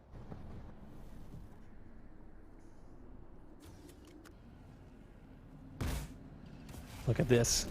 All sitting outside this A site. Great paranoia to potentially lead them in. That dart gives away the position of Dapper. Dapper's just eating those pulses up. Zoms will drop the first on their attempted push. You've also got Shazam right around the corner. I love that knee-high cam on the backside of that too. Of that dart cover, giving away more positions. Now Dapper is eventually going to fall in sight. Sick starts to peek wide. Does great damage, spamming through the wall as well. There's one right around the corner. That Schemon going down with the spike. It's all up to win. Not much can be done there. Once the rifles come out to play, it's Sentinels winning every single time, it seems. Very limited success for Gen.G when it comes to the rifle rounds. We are looking for a little more of a fight now from Gen.G. Looks like they will have some credits to spend. I think I saw GMD there with the Phantom. A round for the Sentinels means that they start their lead by 1. But how long will that last for the side of Gen.G? Looking to set up for yet another push towards A seems to be what they like. But this time around, they've sent 2 players, Mikael and Player 1, off towards that B side. So we'll see what they end up doing with it. Just gathering information for now. Spy cam to look in. And it's the rest of the team now looking for control of mid, looking for control of those alleyways that lead towards A. But so far, just playing a little bit more respectful towards the center. Revealing area. Dart going down early giving them that intel on mid. A passive mid play coming out currently from Sentinels. There's the dart going through. They know exactly what that means, but they can't escape in time. Sinatra spraying through that wall with the Odin. You see it time and time again on that B-side defense. A nice trade coming out for Demon after his teammate fell right by his side. The flash coming in. Going to prevent any additional damage being dealt by the run-it-back ult. Another flashpoint coming out from Shazam. There's targets waiting right around the corner. He does have support from the Cypher over on this A site. Shazam sprays through that smoke, doesn't spot any, and now puts everything on the defense in sight. That's Dapper playing back behind the boxes. Sick in heaven. Doesn't get much going for him. So Demon with the great entries as the Phoenix Flame Wall going up as well. But Sinatra's right past it. The problem is Sinatra's got that Odin, and he can spam like crazy when it comes time. There's the first one going his way. Just continues to unload bullets out of the Odin. It's starting to run dry on the magazine. Switches to the pistol. Somehow still alive. How does that happen? Oh my Sinatra's goodness. getting in on the dunks. Oh man, you gotta save those orange picos for later, man. We don't need that right now. But a great round from the Sentinels, down to the wire, but still an expensive one for both teams. Only just down to Sinatra in that last final 1v1 against GMD, and now we're seeing Zombs here with the Phantom, full armor and utility, but I don't know if that's going to be the case for the full team. Would love to see the scoreboard, but of course we are in just early stages of the observing client, so still need to wait for that scoreboard bug to be fixed and come back, but I can imagine that the pistols here from Gen.G tell us it's an eco round for them. You know what? I know other people have an opinion on it, but I like the attitude coming in from Sinatra, coming from a game like Overwatch, which was maybe a little bit more clean, I guess we'll say. I like the fact that he's getting into it with the rest of his teammates. There's the paranoia coming out from Zoms, easily taking care of the players on this push towards A. Down to 2, and Effie's was back on the backside of site this whole time with the Ghost. Surprise! Only 1 kill coming in for Effie's though, so the surprise is short-lived. It's Mikhail, the Cypher, currently in the tree room with the Sheriff, sees the barrel right around the corner, wants to push further, but knows there could be one to his left, and who else would it be other than Sinatra with the Odin? The footsteps too scary. Zoms gets the call. It'll be 4 on the round for Zoms as 10 rounds go onto the scoreboard for Sentinels. You know, for Gen.G, they still have a round buffer if they want to get a little bit more experimental, you know. It does look like Sentinels have a pretty strong grasp on the defense, and they're reading this potential push towards the A side quite handily. It's Shazam and Sick that are ready to counter with the flash, as well as Zoms ready with the paranoia. I like this idea of the double flash. It gives a lot more opportunity for the defense to play a little bit more aggressive, and you're starting off with the paranoia, then a follow-up flash, but it's GMD who's there as well. Shazam now ready for the peek. Recon Bolt spots them all out, but it's only GMD that peeks. And Shazam will take it down. 5 on 4 currently. Paranoia coming out from the Omen, not clearing out much. They're still grouping up on long currently. Sinatra is going to go for the low Aldrone to spot them out. Knows there's actually an additional target around the corner. Continues to push further. So gets the intel. There's currently 3 here. The 4th moving up catwalk currently. That's Mikhail, the Cypher, trying to get into tree room. But you've got Shazam already locking down that position from outside the arch over towards grass. PL1 has a long-range molly lined up to try and take the site. Gonna go ahead and pop that ult as well. So you've got Sinatra on the site, the ult coming out from the Omen as well. Shazam is there to take down the Cypher. The wall comes in, preventing this play from really getting much support. So that means that Effie's is going to fall in the end. They have to take out Shazam. It's a 2 on 3. Shazam's still here and has the ult, the Rolling Thunder. They've got that Sova ult, so they can go for the Hunter's Fury. Nice. But at this point, it's going to be quite difficult. Nice stim pack coming out. The Aldrone as well, moving in close. Going to have its fire rate, I guess, improved. Not really sure what that's going to do for the Aldrone. There's the Rolling Thunder. We expected to see that so much sooner. But PL1 picks off Shazam. And now it's down to Dapper, but there's only 12 seconds left. They have to get on this fight. They guarantee the plan. And Dapper knows it. He's dive bombing, looking for the spike. He may have just won the round with just 5 seconds left. It's Dapper in a one-on-one with 6 HP. Great shock dart coming in from Win. Absolutely a nail biter around coming in for Gen.G, but they somehow scrape out the victory. Yeah, and an important one to scrape out as well. Giving Sentinels that round means potentially, you know, you lose the game. I mean, it's obviously not match point, but they get round 11, and then the buffer that you have for safety starts to dissipate, and Now that means that it's a little bit more competitive. Shazam here, though, with the operator and 0 credits to his name means that money is starting to run out here for the Sentinels. So for Gen.G, if they keep this up, they can really thwart the economy and have a couple of successful rounds in a row, which could lead to a round lead for them. And considering how close the previous map was going into overtime, Gen.G have the ability to take it there too. But Sentinels, of course, they've got weapons and they're ready to fight. I think we've potentially seen more shock darts in this map than we've seen all tournament long. Shock darts usually don't produce many kills. Some, but not many. We've seen quite a few already in this game. It's actually kind of unreal. Stim beacon down. The one thing I'm still scratching my head about is the Owl Drone and the Stim Beacon interaction. I'm not really sure what is supposed to happen. Maybe you're right. Maybe the fire rate does increase, but we'll have to put that on pause as there is a push in here from GMD using the run it back, trying to gather information, try to gather intel. The window is where he's going to go, but no one's on the other side. Zoms was able to pull back quite far enough, but that gives a lot of space here for Gen.G. Unfortunately, they will do nothing with that space. Sentinels on the read, sending 3 towards that B site. And Gen.G going to start to work their way up through the middle. With Hwin leading that charge. It's Sick who's going to be waiting on the other side of the fruit market. Stopping by for a quick slice of pizza. The smokes are out, and this means that they are ready to push in. The flash here is good from GMD. He's going to have one. Looking for the second is player one. That'll stop that push forward. Now the fault line from Shazam. He's going to get taken out through the smoke. Sinatra, the last line of defense here on the site, and GMD will do nothing but take him out. Now, down to Zoms and Dapper. Zoms with the first entry onto the site. The spike has been planted, but they need to push in. The recon bolts are the Newell theft will spot out varying members now on the site. And it's the spy cam. Dapper looking for it. It's quickly taken out. Won't have the ability to smile on camera. GMD looking for that angle. The crossfire set up here from Gen.G, but it's Effie's. He's got a pretty interesting dark cover and looking to maybe push forward. On the other side, it's Dapper. Zom's going to take out GMD. This is starting to really go down to the wire. The swing around the corner, down to the 1v1. Omen versus Omen. And now, with that spike ticking down, it's up to Zoms. He needs to make the call. The swing around the corner, and it's Zoms! You'll take out Effie's. And it's round 11 for the Sentinels.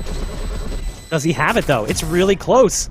Oh My gosh, 0.5 seconds left on the clock. Had he baited that out just a second longer, that would have been Gen.G's round to take. I mean, it's an expensive round for Sentinels. Sure, Zom's the only survivor, but he at least makes it away with an operator. It came down to the wire for the plant. No surprise that it comes down to the wire for the defuse as well. I mean, as much as this has been Sentinels' game, somehow Gen.G has kept themselves alive and have managed to keep the lead somewhat small. Bring it up. But this round is going to be rough. Coming into this, they're not going to have a whole lot of money. Again, we'd love to show you. Scoreboard bug currently prevents that from being possible. But you can see exactly what we're talking about. Pistols brought into the fold. Sheriffs, ghosts. That's why they're going aggro on mid right now. Just trying to potentially force a fight early and take some players out. Force that money to be worse in the round that follows. Thus far, it's only produced success one time. Yeah, and that's why you also saw Sentinels poised up quite aggressively towards mid. They knew that the economy wasn't really going to be there. Sick going to find Hwin, and it's all down to Effie's. Not a lot of weaponry for him to use. He's got a ghost, but unfortunately the only ghost that he will see is himself as he gets flashed. The swing around the corner still not to come. Stick going to peek early, and a couple of those ghost shots will connect. Actually going to be fruitful for him. It's the recon bolt that's quickly denied. Sinatra trying to swing as best as he can, and he will end up finding that frag. Still 2 down for the Sentinels. Not half bad, but this is the most important round now for Gen.G. They could lose it all here, but they still have another map they can take it to if worst comes to worst. Yeah, but the problem is these teams have played on that map before, and it's gone the way of Sentinels in their last couple of matchups. So I'm not really sure how Haven is going to be too much different for Gen.G. Sentinels, in the early stages of this team's existence, they were a little bit rough. But in the last few tournaments we've seen them in, they have really solidified their position in the North American scene as things have really started to click for them as a roster. They're currently on match point. We'll need to see 4 straight rounds come in from Gen.G in order to force overtime. Their method of attack this time, heavy cat control. You can see all of the players but one currently moving up mid towards Catwalk. You've got Zom right around the corner getting spotted by the Al drone. There's the ult coming in to try and push them out of position. Shazam has to back off. There was a paranoia in there as well. A one and done for Zoms, who gets traded out immediately. Flashpoint coming in from Shazam. They're using those cyber cages to try and get on the site, and it's worked out, but Shazam, again, there with that operator. So pesky. So much of a problem for them. Tripwire's down. The shock coming in through the wall, trying to slow things down. The breach charge as well is present to try and delay the plant. It's only 2 players that remain currently, and they're taking their trying to secure this site. They want to shut that door if possible, so Wynn's going to go ahead and close that door. There's 2 players currently waiting right on the other side. Yeah, and still they don't end up getting that spike down. Sinatra with the long con flank all the way around. He gets spotted by a tripwire, and now they know that something is up. Recon bolt can come soaring through the sky. The resurrection as well to make it a sealed deal here for the Sentinels. Down to win, and with that spike down, it will be diffused. Sentinels, they take us to map number 3. I mean, it was hard fought by Gen.G. They put up more rounds than maybe I would have anticipated, but this is the way we expected it to end. We thought that we would see Sentinels go ahead and take the series, and that's exactly what happens. Not really surprised with some of the things we saw. We got the Odin play from Sinatra. That's kind of par for the course for anyone playing Sova on this map, especially him. He's been doing that time and time again. He does that on Haven too, so don't be surprised if we see that on the next map as well. But Shazam, every time they take it to Ascent, it's Shazam that is the top fragger for the team. Sinatra, of course, having a little bit of a better performance than what we last saw in Ascent. He was unfortunately at the bottom, and this time he's had himself a couple more kills on the docket. But a great map for the Sentinels. A little bit of a better performance than Gen.G. They got exactly 1 more round than they did this time. So, you know, kudos to them, of course, for at least putting up a valiant effort. But now it is where it all comes down to the last and final map. And quite honestly, it's Haven. We talked about it. We talked about this maybe not being the best map for Gen.G or something that Sentinels will have a little bit more of a comforting side on. But it's Gen.G on defense, Sentinels on attack to kick us off. Bach, why don't you walk us through what you can expect from these 2 teams in the map ahead? Well, so here's the thing. Like, we've seen Gen.G play Haven and find success, just not against Sentinels. In the Cash App event, they lost 13-4. Playing against them in the T1 Nurture Gamer Showdown, they lost in the lower bracket 13-6. They lost in the group stage 13-11, much closer to the game than that elimination game that they played. But again, that was kind of the spool up event for me for Sentinels. That was the first time we really saw them play well, and they continued to get better as the event went on. You know, it's just Gen.G against Sentinels, it just doesn't seem to work. And again, we haven't really seen this team perform the same way they did early on. Early on, they were clicking. Everything was working. It feels like the meta has evolved, but this team kind of hasn't. Like, they feel almost a little bit stale. We need to see them adapt a little bit more, which we've seen from the likes of Sentinels and other teams in the scene as well. Look at teams like TSM who have tried that Sageless comp. Now, I have to applaud them. Here they play on Ascent and they go with that Sageless comp. So they're starting to tap into some of that sort of meta shift. We're seeing teams try to do that, try to experiment a little bit more. But I'm concerned that once we get onto familiar territory for them, like Haven, we're going to see that same standard play that we've seen from them before. Nothing that's changing. And as a result, they become incredibly readable. Like you heard Relics in his post-game interview talking about VOD review. Teams are doing that. So if you're a team who's got plenty of VODs to review, which is Gen.G, people are going to know what to expect from you if you haven't changed.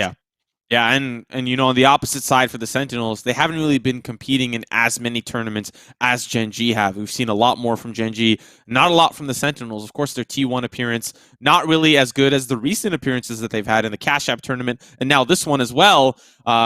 Sentinels are really putting on a show, but for the side of Gen.G, I mean, we even touched on it earlier on. Wynn's been trying to get into Jet. He's been trying to adapt to what some of the top NA teams are using, and, you know, you're not going to be Wardell. You might as well stick to what you're comfortable with. You might as well stick to what you know, and play to your strengths. And for Gen.G, maybe it's not the Jet. Maybe it's some other agent selection that you're experimenting with in your own scrims or whatever.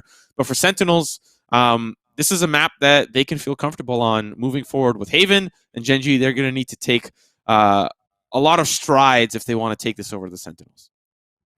Yeah, I mean, we're just going to need to see a little bit of an improvement in general.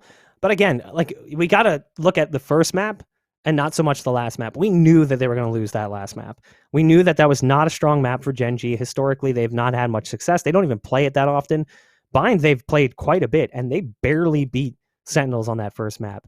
So if I'm looking at that first map, I'm kind of looking at this third one the same way. Like, if they're going to win it, it's going to be very, very close. But in reality, my heart and my brain say two different things. I like the guys from Gen.G. They're a good group of guys. I've known them from the Counter-Strike years. You know, I want to see them pick up big wins. But knowing what I know coming into this third map, I have to assume that we're going to see a similar performance that we just saw. We're going to see another 13-8, 13-9 win coming in from Sentinels. I just feel like right now, watching these two teams compete, Sentinels is just the stronger team currently. Yeah, and to kind of reflect back on the map that they had during the T1 showdown, it was Dapper that was really topping the charts for his team, 22, 13, and 7. And really, it probably has to boil down to the fact that he was just a great anchor. He was just a great anchor wherever he was. It is, of course, Sentinels not starting on defense, but preparing those flanks, throwing down those tripwires. But then when they do end up going to defense, Dapper is there to make sure that it's difficult to get onto sites, developing one-ways wherever he can. I don't think there's too many one-ways on Haven, but still being able to be a strong anchor for the Sentinels and not allowing Gen.G to push forward. But we saw in Bind that Gen.G can adapt on the fly to the playstyle of the Sentinels, but will we see that from Haven? It's kind of a wait-and-see approach as we are waiting for our teams to load up on the map. I also feel like, and we talked about this, like that op dynamic currently going for both teams. Sentinels has Shazam. Shaz has always been an aggressive, flashy opper. He's been that way since before his real push to pro, when he was playing on early teams like Lunatic back in like the early days of CSGO. I actually played against him on LAN like a long, long time ago, and he destroyed me. It was not even close.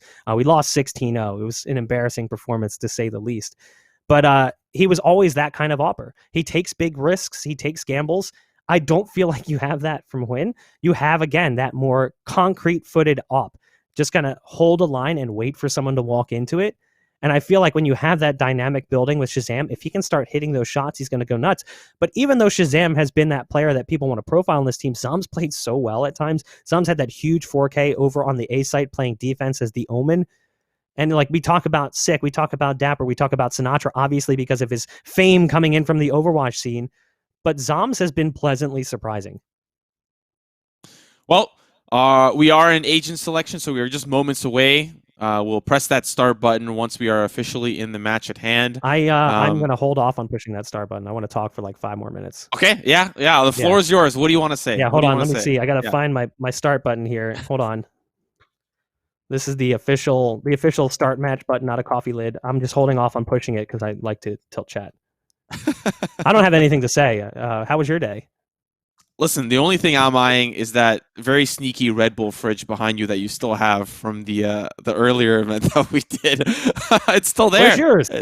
Listen, I drank all the Red Bull and now there's no need for the fridge, you know? So where else is it going to go? I'm not going to put it anywhere. Mine was on my bedside table. You don't keep a fridge on your bedside table. That's ludicrous.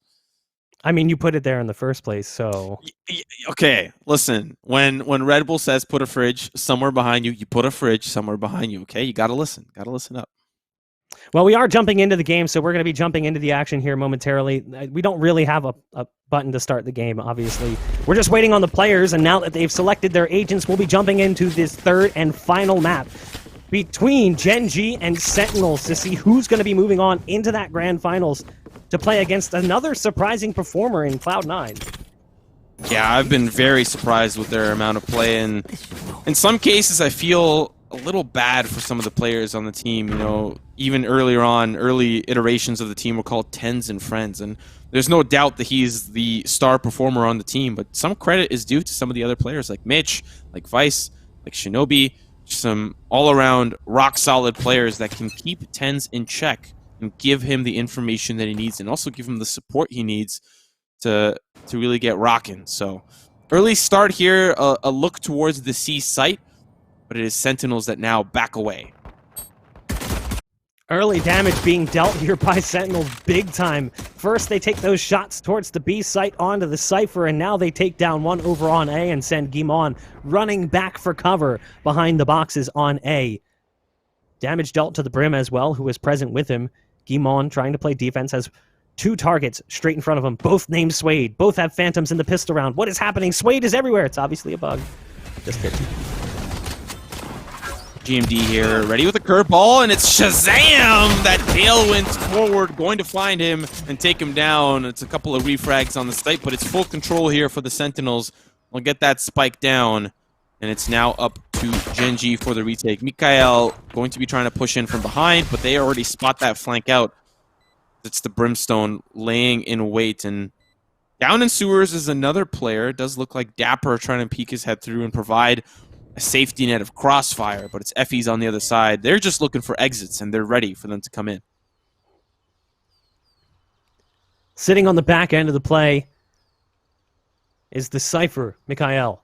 You've got the Sage as well over towards spawn. Goes for a late peek, spots them as they try to make their retreat. Flicks off the mark for the pistol. Wants to try and just glue them in position and potentially watch them fall by way of the spike as they push further and further forward. One kill coming in there onto Zoms, who's gone back to the brim off of the Omen. And again, some turbo dunks coming out from Dapper as the pistol round concludes. Sinatra will fall to the spike, but it's going to be Sentinels round to take.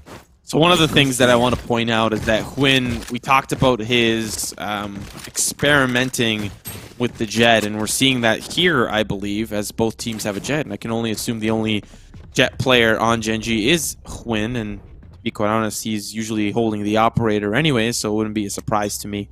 But we'll see if he can put up numbers like some of the other Jet players in an A, but he's got a tall task for him. Sinatra already in deep, ready for that spray down, going to find one. That Ares putting in work early on. Shock Dart as well. He's going to find GMD. Just the perfect use of utility in succession, and it's a flawless round here for the Sentinels.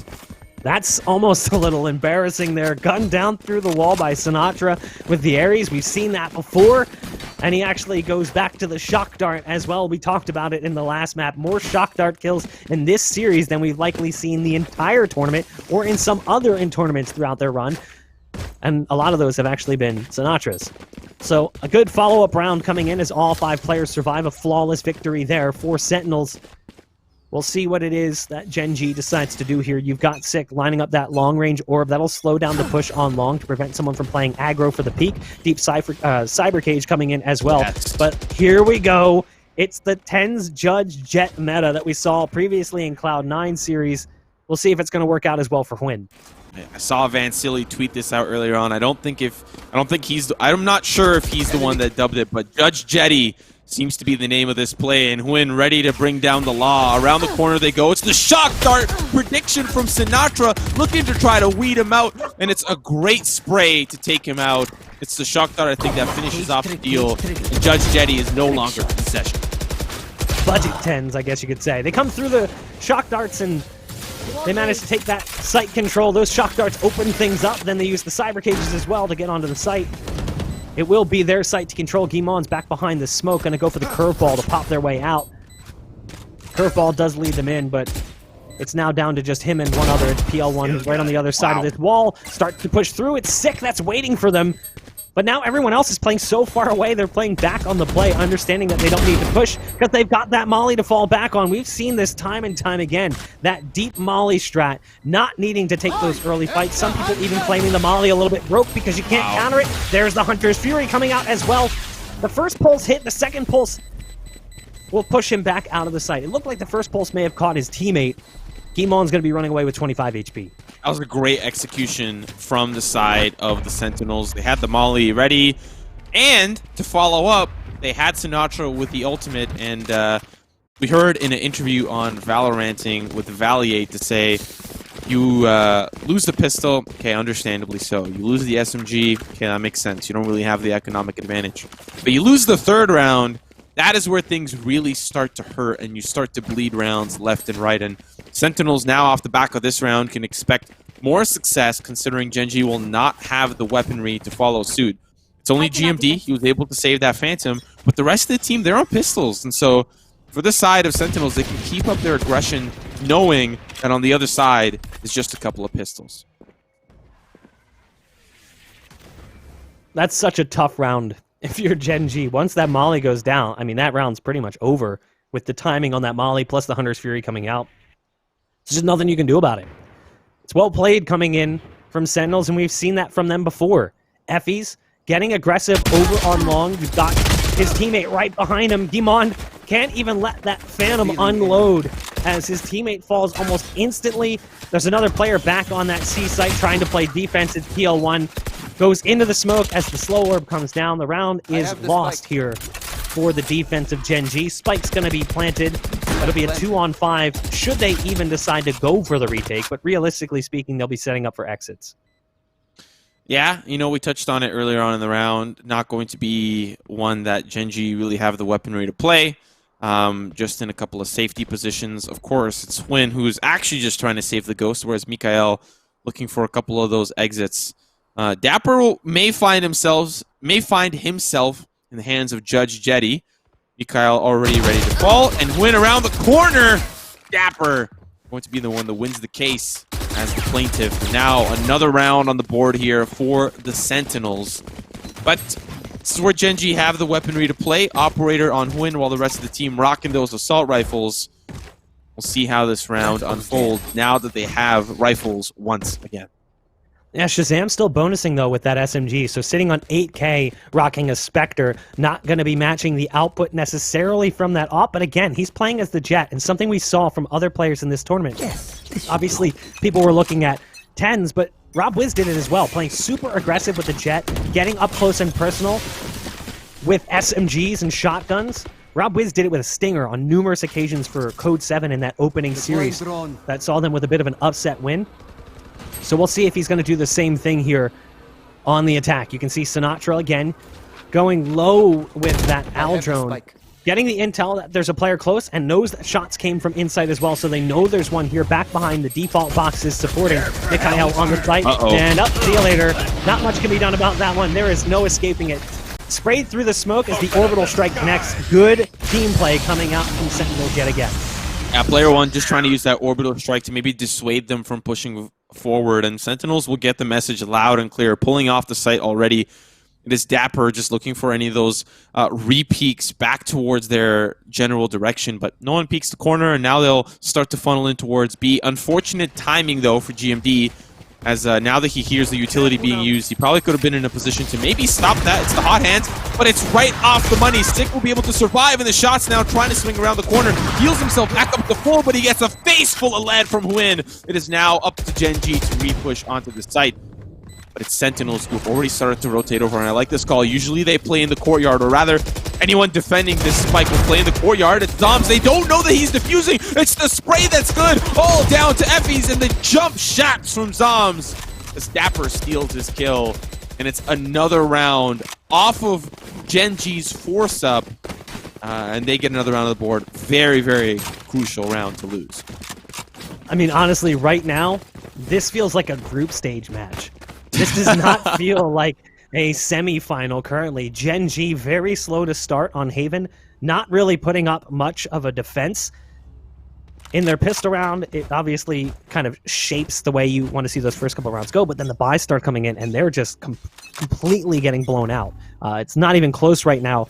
Sentinels is stomping all over them. Effie's goes for the jiggle over towards C long, gets spotted by the operator. Lucky to survive. Shazam just can't get that timing right to shoot that elbow and send him to the wayside. So Sinatra, which gun's he gonna have? You already know, it's the gun that goes brr. It's the Omen. There's one to his left, but he's spamming towards the window just in case. Right now it does look like we'll probably see them move back towards this C site eventually. The spike is kind of leaning in that direction. But the defense is as well. You've got the Phoenix pushed up in garage, you've got Sage supporting, you've got Jet on site.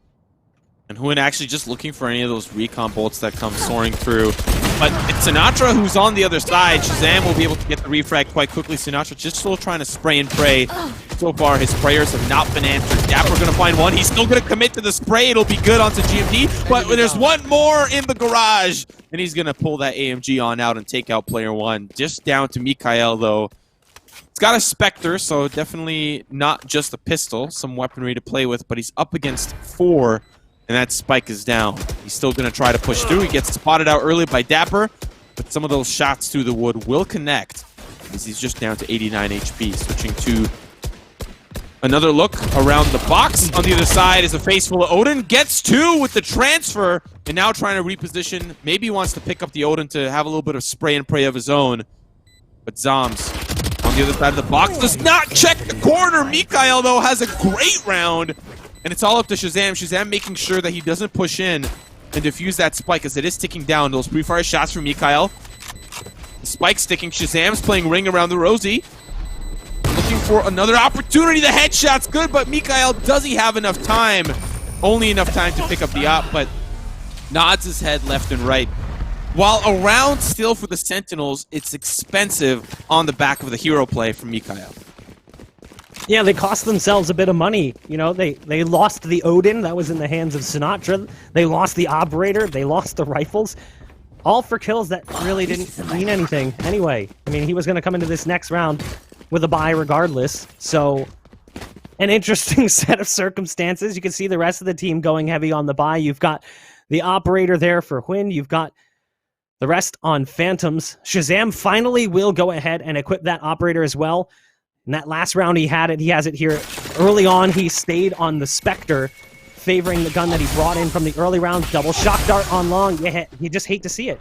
So Huynh, we talked about it. Not exactly a player that's going to go aggro with that Operator play. Tries to get aggressive here and gets punished as Sinatra just delivers yet another shock dart kill. I know exactly. Shazam trying to look down and towards the sewers. So far, 1 down for Gen.G, and it's maybe one of the more important players on Huynh. GMD stole the IGL, still alive, and keeping things alive here for Gen.G. Haven't put a round on the board yet, but might be another round for the Sentinels as GMD tries to push in through the sewers. Player 1 cannot defend the push in towards A, and now it's just down to Mikael and Effys, and looks like they're collecting their things and they're packing it home. This is not the Gen.G that we fell in love with in the early stages of the game. The Gen.G that was able to win a couple of events early on. Gen.G just look completely out of sorts. They are struggling on a map that they have a pretty good success rate on.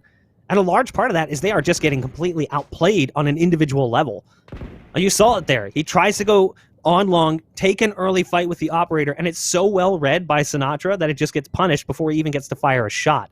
And because of the fact that he typically does not play the Jet, usually it's Huynh on the Sova, he doesn't instinctively dash away after that first shock dart. He just sticks around. The second dart comes in, and he's taken out of the equation.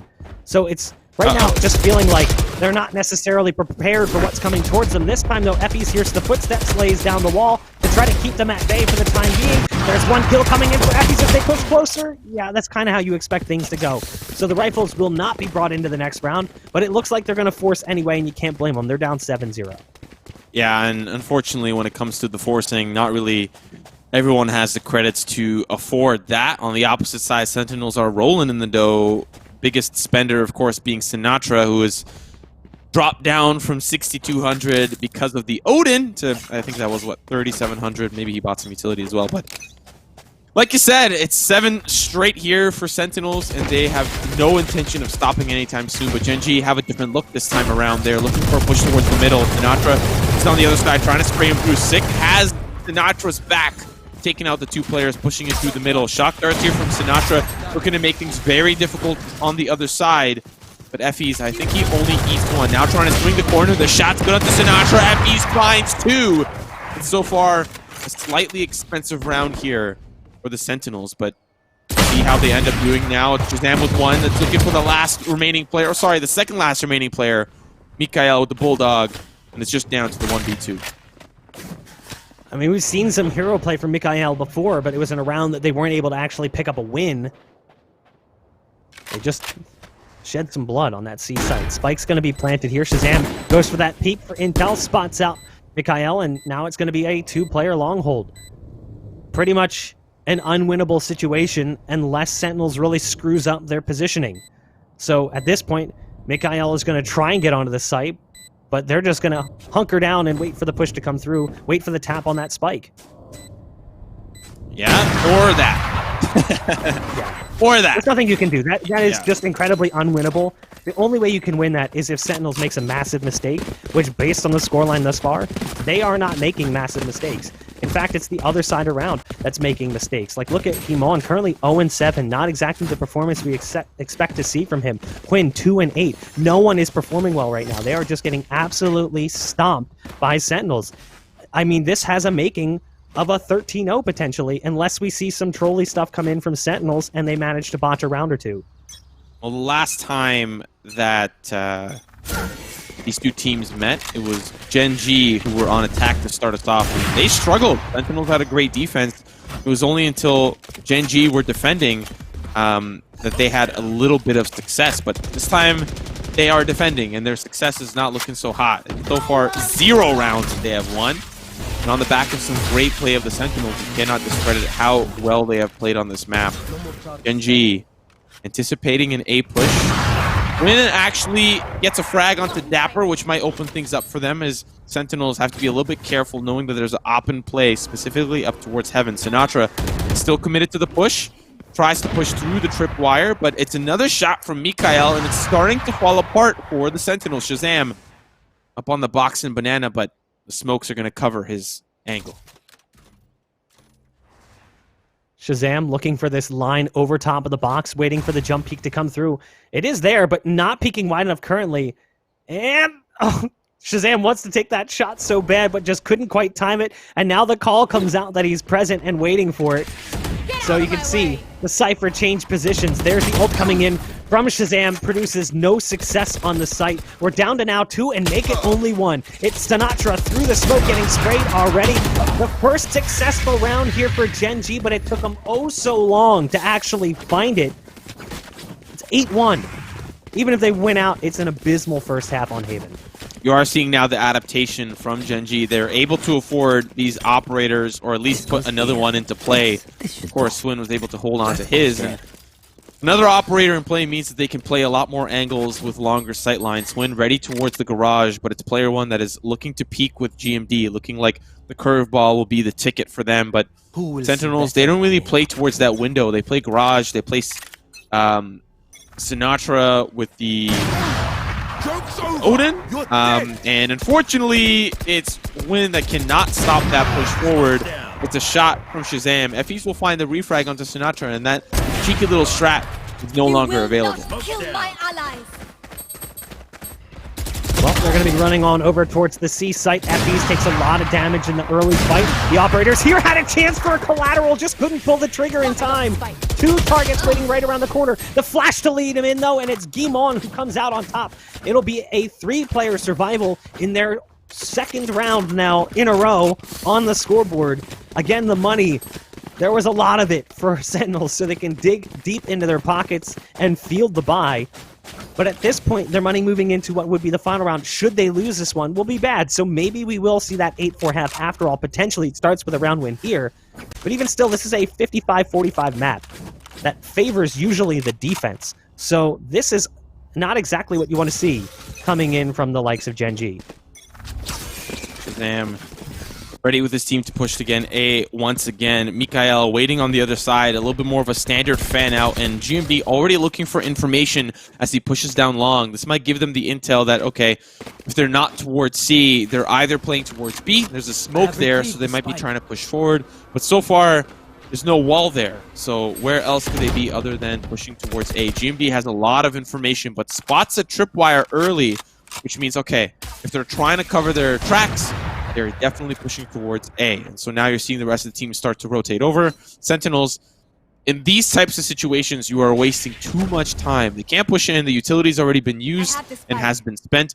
So they'll start to pull off. But GMD, he may be a hero that Gen.G need, waiting for someone to peek through, but it's B that Sentinels are looking for. Right now, there's only one currently over towards B as well. So they move into that site and they go ahead and secure the plant. The Brimble not going to be there in time to deny it. Molly comes in a little bit late as well. Six getting tagged on his way out, so takes a little bit of damage. Has to use that heal early on. Guimont is still here, waiting on the C side to push through. He's waiting to go past this tripwire. Potentially, it's waiting right in front of him. You can see there's some kind of utility down there from the Cypher. They're all currently sitting back in mid. He's waiting on his team to make an access towards the site. So him and Mikhail actually take out both tripwires on the flank. It's not communicated as well at all. Shazam is in the window, gets the trade out at least. There's the curveball coming in from Gimon, able to take down 2. Shazam's still in the window, trying to do damage. It's Gimon, though, coming out big. The spike being defused as Quinn picks him off in the end. A third round coming in for Gen.G off a masterfully timed retake by both Mikhail and Gimon, both coming in from A and C respectively. That was just the most telegraphed. Like, you couldn't have painted a perfect picture for Gen.G. You had Mikhail and GMD on the opposing ends of 2 tripwires, destroy them together and push together at the same time. That is the same level of communication that we've seen from Sentinels, and Gen.G give them a taste of their own medicine. A beautiful retake, timed from pretty much the entire team. That as they were defusing the spike, the entire team was so focused on the Gen.G members that were on the B side, and they started to get a little chaotic as there was 2 members coming in from behind. And now, as we enter into the last and final round, it does not look like Sentinels have the economy for the weapons. We talked about it. They weren't going to have much money. The problem is they do have the jet ult. So Shazam is going to lead the charge. In go the knives. The knives don't produce much success. Sick is there at least for a trade, and it goes back and forth in a volley. That results in Gen.G losing site control, but they do have the Brim ult, the ability to stop the plant. They just pop it, and as a result, the spike has to move out of position. So the spike will be delayed on the plant. There's the cross shot coming in. Quinn can't quite time it right. So the ult's going to get popped here by the jet. Over the top they go, but there's too many targets all around. Still, though, the spike's been delayed, but it comes down to 1. It's the Cypher, and in the one-on-one, after instantly taking down Zombs, dies to Dapper. 9-3, your halftime score. Could have gone a lot worse, could have gone a lot better, but at this point, there's not much you can do other than play the pistol and hope that you come out on top if you are Gen.G. They are, of course, now on attack, but the side of the Sentinels, they had a pretty good defensive side against Gen.G, and in fact, they started off on defense previously. It was Gen.G trying to scrape rounds together on their own defensive side, and they did not really have great success there. 13-7 was the previous scoreline.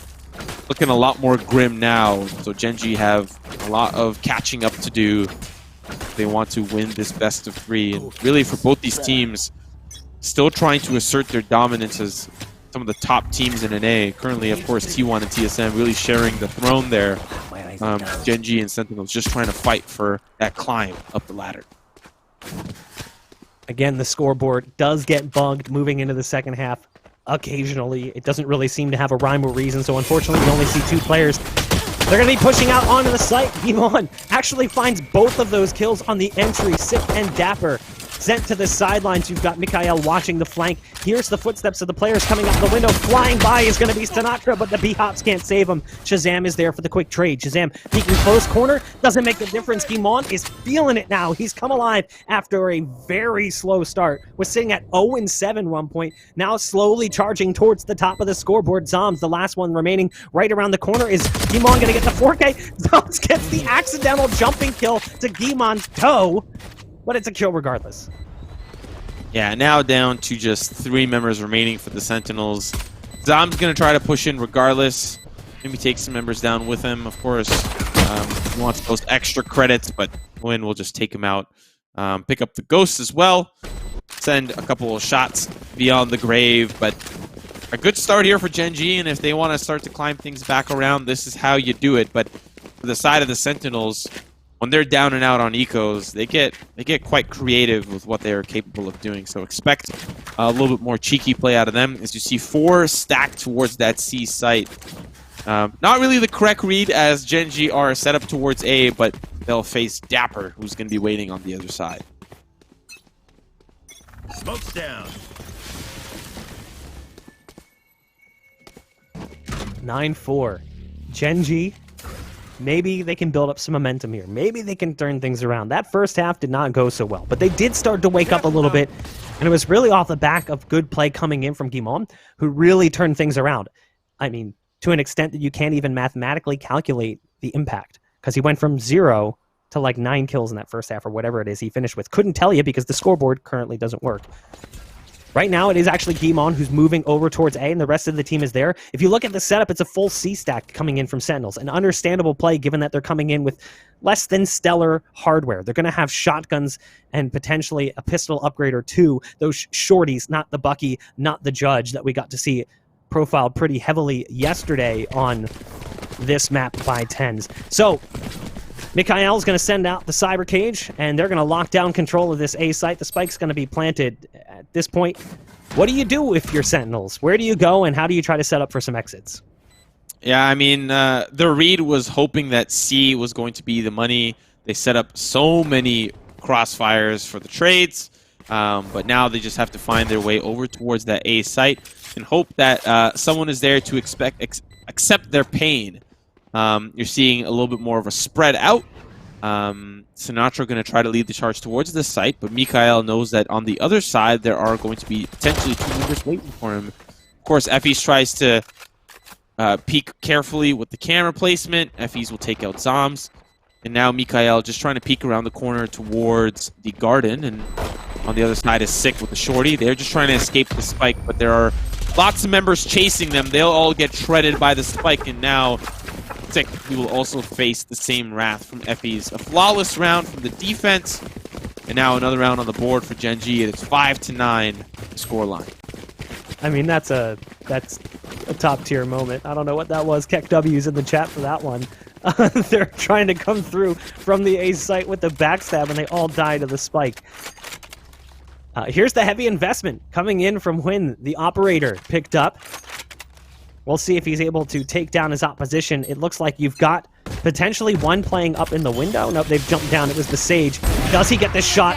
Yes. Sick turns around and tries to run back. Can't quite move out of the sights in time. So that's the Sage down early, which is actually huge. Now, what's interesting is they did have a Sage wall over on B for the box boost, but it doesn't produce the success that you would expect. Instead, you're going to see some aggression coming in from Shazam. He's pushed down on long C and taken out by PL1 as well, who was holding that line back in spawn. So a great start yet again here for Gen.G on the attack.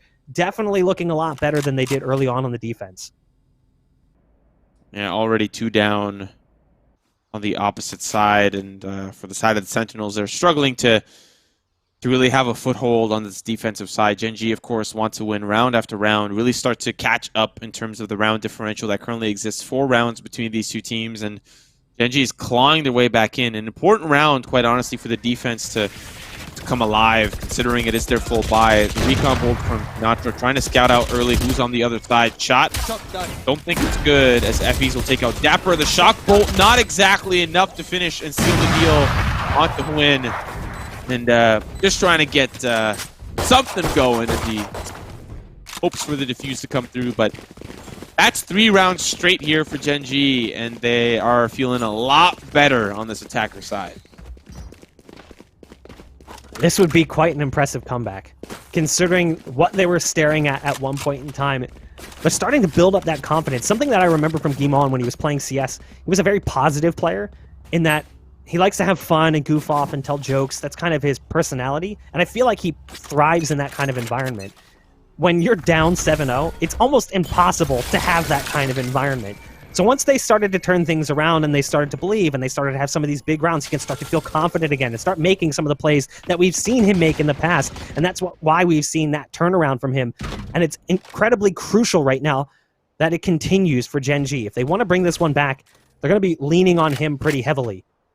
Again, over towards the A site right now, they seem to be posturing. You've got Cypher floating between A and C currently in spawn. The only one playing defense here is the Jet with a shorty right around the corner from a tripwire. But at this point, they decide to back off. They're going to be grouping up back in spawn and moving in another direction. One's got the operator pointed towards pretty close angles on the C site. Sinatra doing what he does best, which is just this jiggle peek where he tries to gather information. Hopefully just takes a shot to the shoulder and survives, but odds are that doesn't always happen in that case, especially with Huynh with an operator.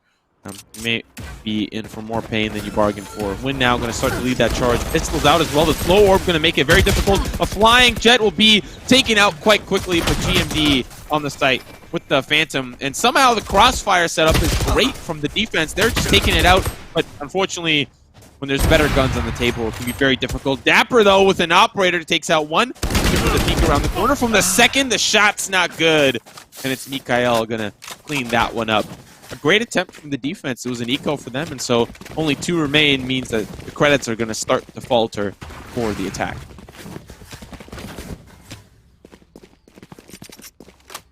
Round by round, they bring it back.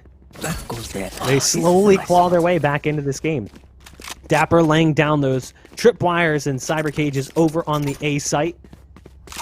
Again, playing with the Jet in Shazam. Not sure if Shazam has the op.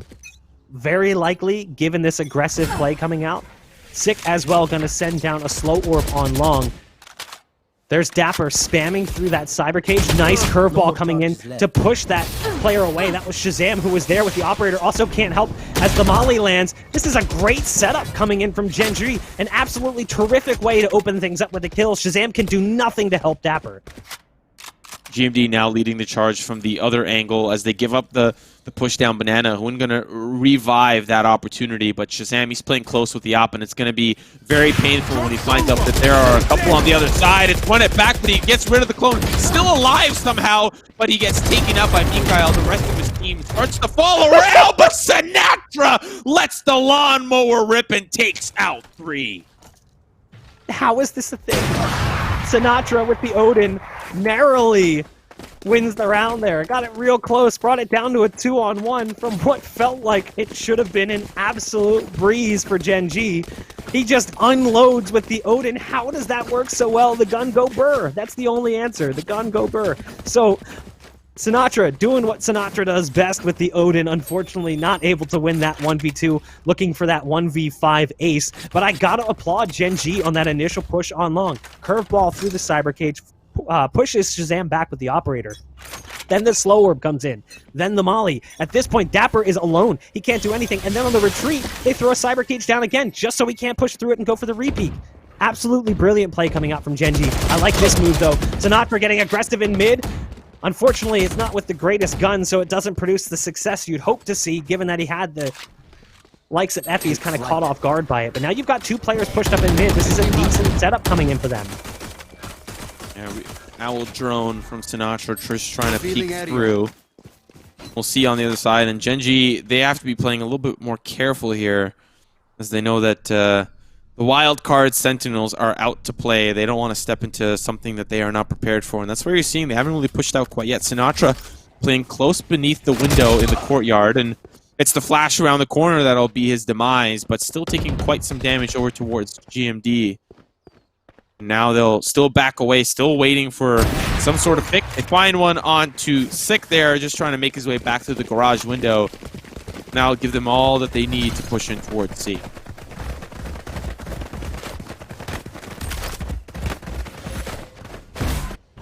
Here they go onto the C site.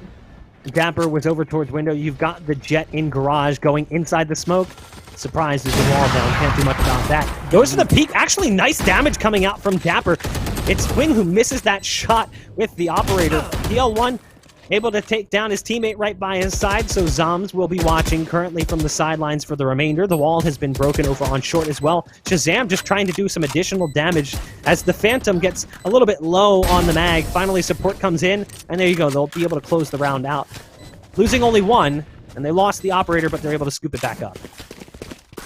So now we're tied up 9-9. Gen.G somehow, some way have won 6 straight on the attacker side, and really tells me that they picked defense first for a reason, comfortably knowing they would catch up once we swapped halves. And it's the last time that they met on this map, it was Sentinels that had an 8-4 half, and Gen.G was on attack. And so they've really come into their own and have developed some new looks and some new strategies towards playing this Haven side. And yes, maybe it's not on the back of great Jet play from Win or some specific member. I think it's just GMD calling the shots and making sure that his team is in check and really finding these great pushes and executes towards sites. This time you've got Dapper on the operator over on long, so a bit of a switch up here with the Jet now opping over on the C site. They go for an early Sage Wall to deny access over on C. The B site has 2 players playing defense as well, with a quick rotate potentially coming in from the brim. This A site is incredibly weak right now with just the Cypher there, but they're going to be going over towards B. Sinatra is going to go ahead and send that recon dart out over the top. Actually lands on the door, so not going to give them any sight towards mid, only going to give them sight if they push in towards the site. The wall gets broken, Brim ult being popped. Cypher's making the call right now that the A site could potentially be clear, so Mikhail has actually made it to the back lines, might actually catch the Sage off guard. No! Sick! Somehow able to beat him out in that fight. How does that even happen? Right around the corner, you've got Dapper as well. The neural theft being popped eventually does go down. The Brim ult giving them some time there on the site. PL1 wants to go for the molly, but it's Sick up in heaven who's doing all the damage. The spray not connecting, but he's somehow still alive. It comes down to PL1 on the site with only 16 HP. Finally, Sentinels win around here in this second half. It took a long time, but Sentinels have had the opportunity to put another round on the board for themselves, and they had a pretty convincing lead at the start of this half. It was 9-3 the scoreline, and Gen.G have spent a lot of time catching up if you are just tuning in. This is, of course, the semifinal, the last semifinal match of the Pulse Invitational, and it's Gen.G up against Sentinels. Cloud9 await the winner of this match on the other side, and I'm sure Tens and his team are ready and itching to play. Set up here from Sentinels to start. It's the 3-1-1 across all sites, and it's Gen.G having a look towards A and the garage.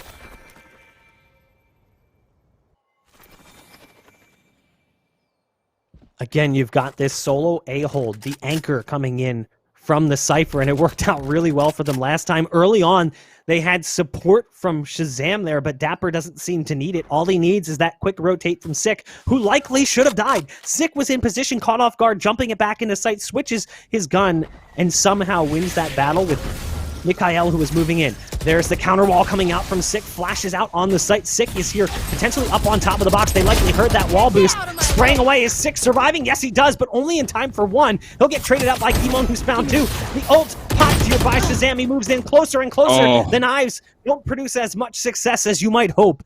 It's down to a 2-on-2. The positioning is oh so peculiar. Zoms is on the flank with a Bulldog. You've got the Brim with the Spike sitting back towards Garage currently. It's a bit of a standoff. If he decides to move through that door, does he time it well enough to not get caught off guard by PL1? Now the ult gets popped, so now the peek might come through from the Brim. But how do they react? Do they decide, okay, time to go over towards this C site? That's the right play coming in from Gen.G. Yeah, and you're seeing Zoms already start to rotate back over. Dapper, though, playing a little bit more closer to his hand, looking towards that B side, knowing that Spike is obviously going to be going down, but correct call to switch over towards the Phantom. Needs to realize that he needs to reload the clip if he wants to do some damage. Only down to 16 shells in the mag, and Zoms waiting for his push in through the garage, but on the opposite side, it's player 1. He's not really up to his full strength. He doesn't have full HP, but has the ability to land the shots. Headshot onto Dapper, sends him down into a dirt nap, still down to the 1v2 Zoms. It's got a lot of utility, looking to send some smokes down early, and it's really only going to be on the Spike itself. Venn diagram for himself, starts to defuse, sees that they're going to start to swing, and they line up, but not enough. Only gets 1. Mikhail now on the retreat, going to pick up that operator. And it's 10-10. Back tied up. That peek, that double peek made me a little nervous. That lineup for a second had me concerned. Gen.G, they survived the close round, forced things back to a tie score, 10-10. This game went from being a plate of hot garbage to a close and contested affair. Gen.G have clawed their way back on the attacking side after an absolutely abysmal defense. And they looked oh so good up until the last few rounds where we've seen a fight back from Sentinels. Again, we're going to see that Cyber Cage over on long to try and get some control. Quinn walks out into the slow orb, not afraid of what could be waiting for him on the other side, because the buy coming in from the defensive side isn't all that fantastic. Sick, you can see, is on a stinger. We've got Zoms with a frenzy. Dapper on just a ghost. This round should be a softball round, and we should see Gen.G crush it out of the park. We have seen how expensive Sentinels can make it for the opposition time and time again. They'll be on the eco and end up with 2, maybe with 3. And that means that the economy still gets dwindled down for the opposition. And with potentially 4 rounds that remain in this match, it is crucial for them to at least do that. And so on the other side, Zoms is going to be waiting with the frenzy. He's going to be pinched in, though, wall going to be separating him and the opposition, but it's still Mikael on the other side, waiting for someone to push into the garage. It's the rest of the team that have actually opted in to go down towards the alleyway. It's the Recon Bolt that spots that win, but he hops out of the way. Shot's not going to be good. Sinatra with the jump classic, going to find what he needs. Mikael and GMG, though, on cleanup duty. Sick, though. He's going to find some frags of his own. Resurrection as well. Orbital Strike makes it very difficult. It's quite chaotic here on the site, but it's Mikael with the long con flank. Just down to Shazam. He's got an operator in hand, and we've seen him make it sing before. Looking for those last two pesky players. Smokes go down. Knows that there's one player playing close, but still needs to play it safe. The spike is ticking down. Looks like he's just going to save that operator and now try to escape, but they're looking to hunt him down. That's going to be player one that is looking for the jump. Misses the shot. Oh, it's a duel! And player one comes out on top. Shazam trying to escape with the operator. Player one says, not today, Chief. Oh man, what a chaotic round on the C site. Thought for a second we were actually going to see the retake work out there for Sentinels. Got a little bit scary, and then it calmed down after player one pops the orbital strike and also takes down one more. I mean, it was looking a little bit scary there, even finished things off by taking the AWP out of the hands of Shazam. But you can see they've still got an AWP in play. Dapper is going to be carrying that AWP again over towards the A site. Wants to go for that aggro peek on long, try and spot somebody out early. Hunter's Fury being popped right off the bat. Sinatra's actually going to get one ping, tries to find a follow-up. It's not going to be there. So that will be the Phoenix, who survives a little while longer. Guimon does have his ult, but doesn't decide to pop it. Instead gets taken down by Dapper, who's waiting on long with that operator. There's the res coming in from Effie, so we're back to a 5-on-5. So it's Gen.G, of course, with the round lead, and they're looking to try to make it match point here. GMD going to be leading that charge. We've seen his calls before, and looks like he's preparing for another one. Owl Drone going to be sent down to try to scatter it out, but they need to know that this is going to be a heavy push. The wall there to make it very difficult and try to stop them forward, but it's GMD that still ends up with the frag, even with Dapper from heaven sending those operator shots through, but it won't find anyone. And it's down to the 4v5. Sick getting into a new position as the rest of Gen.G. They fall back, now look towards potentially a new site while two members still remain, looking for information on this A site. They're slowing down to recommit.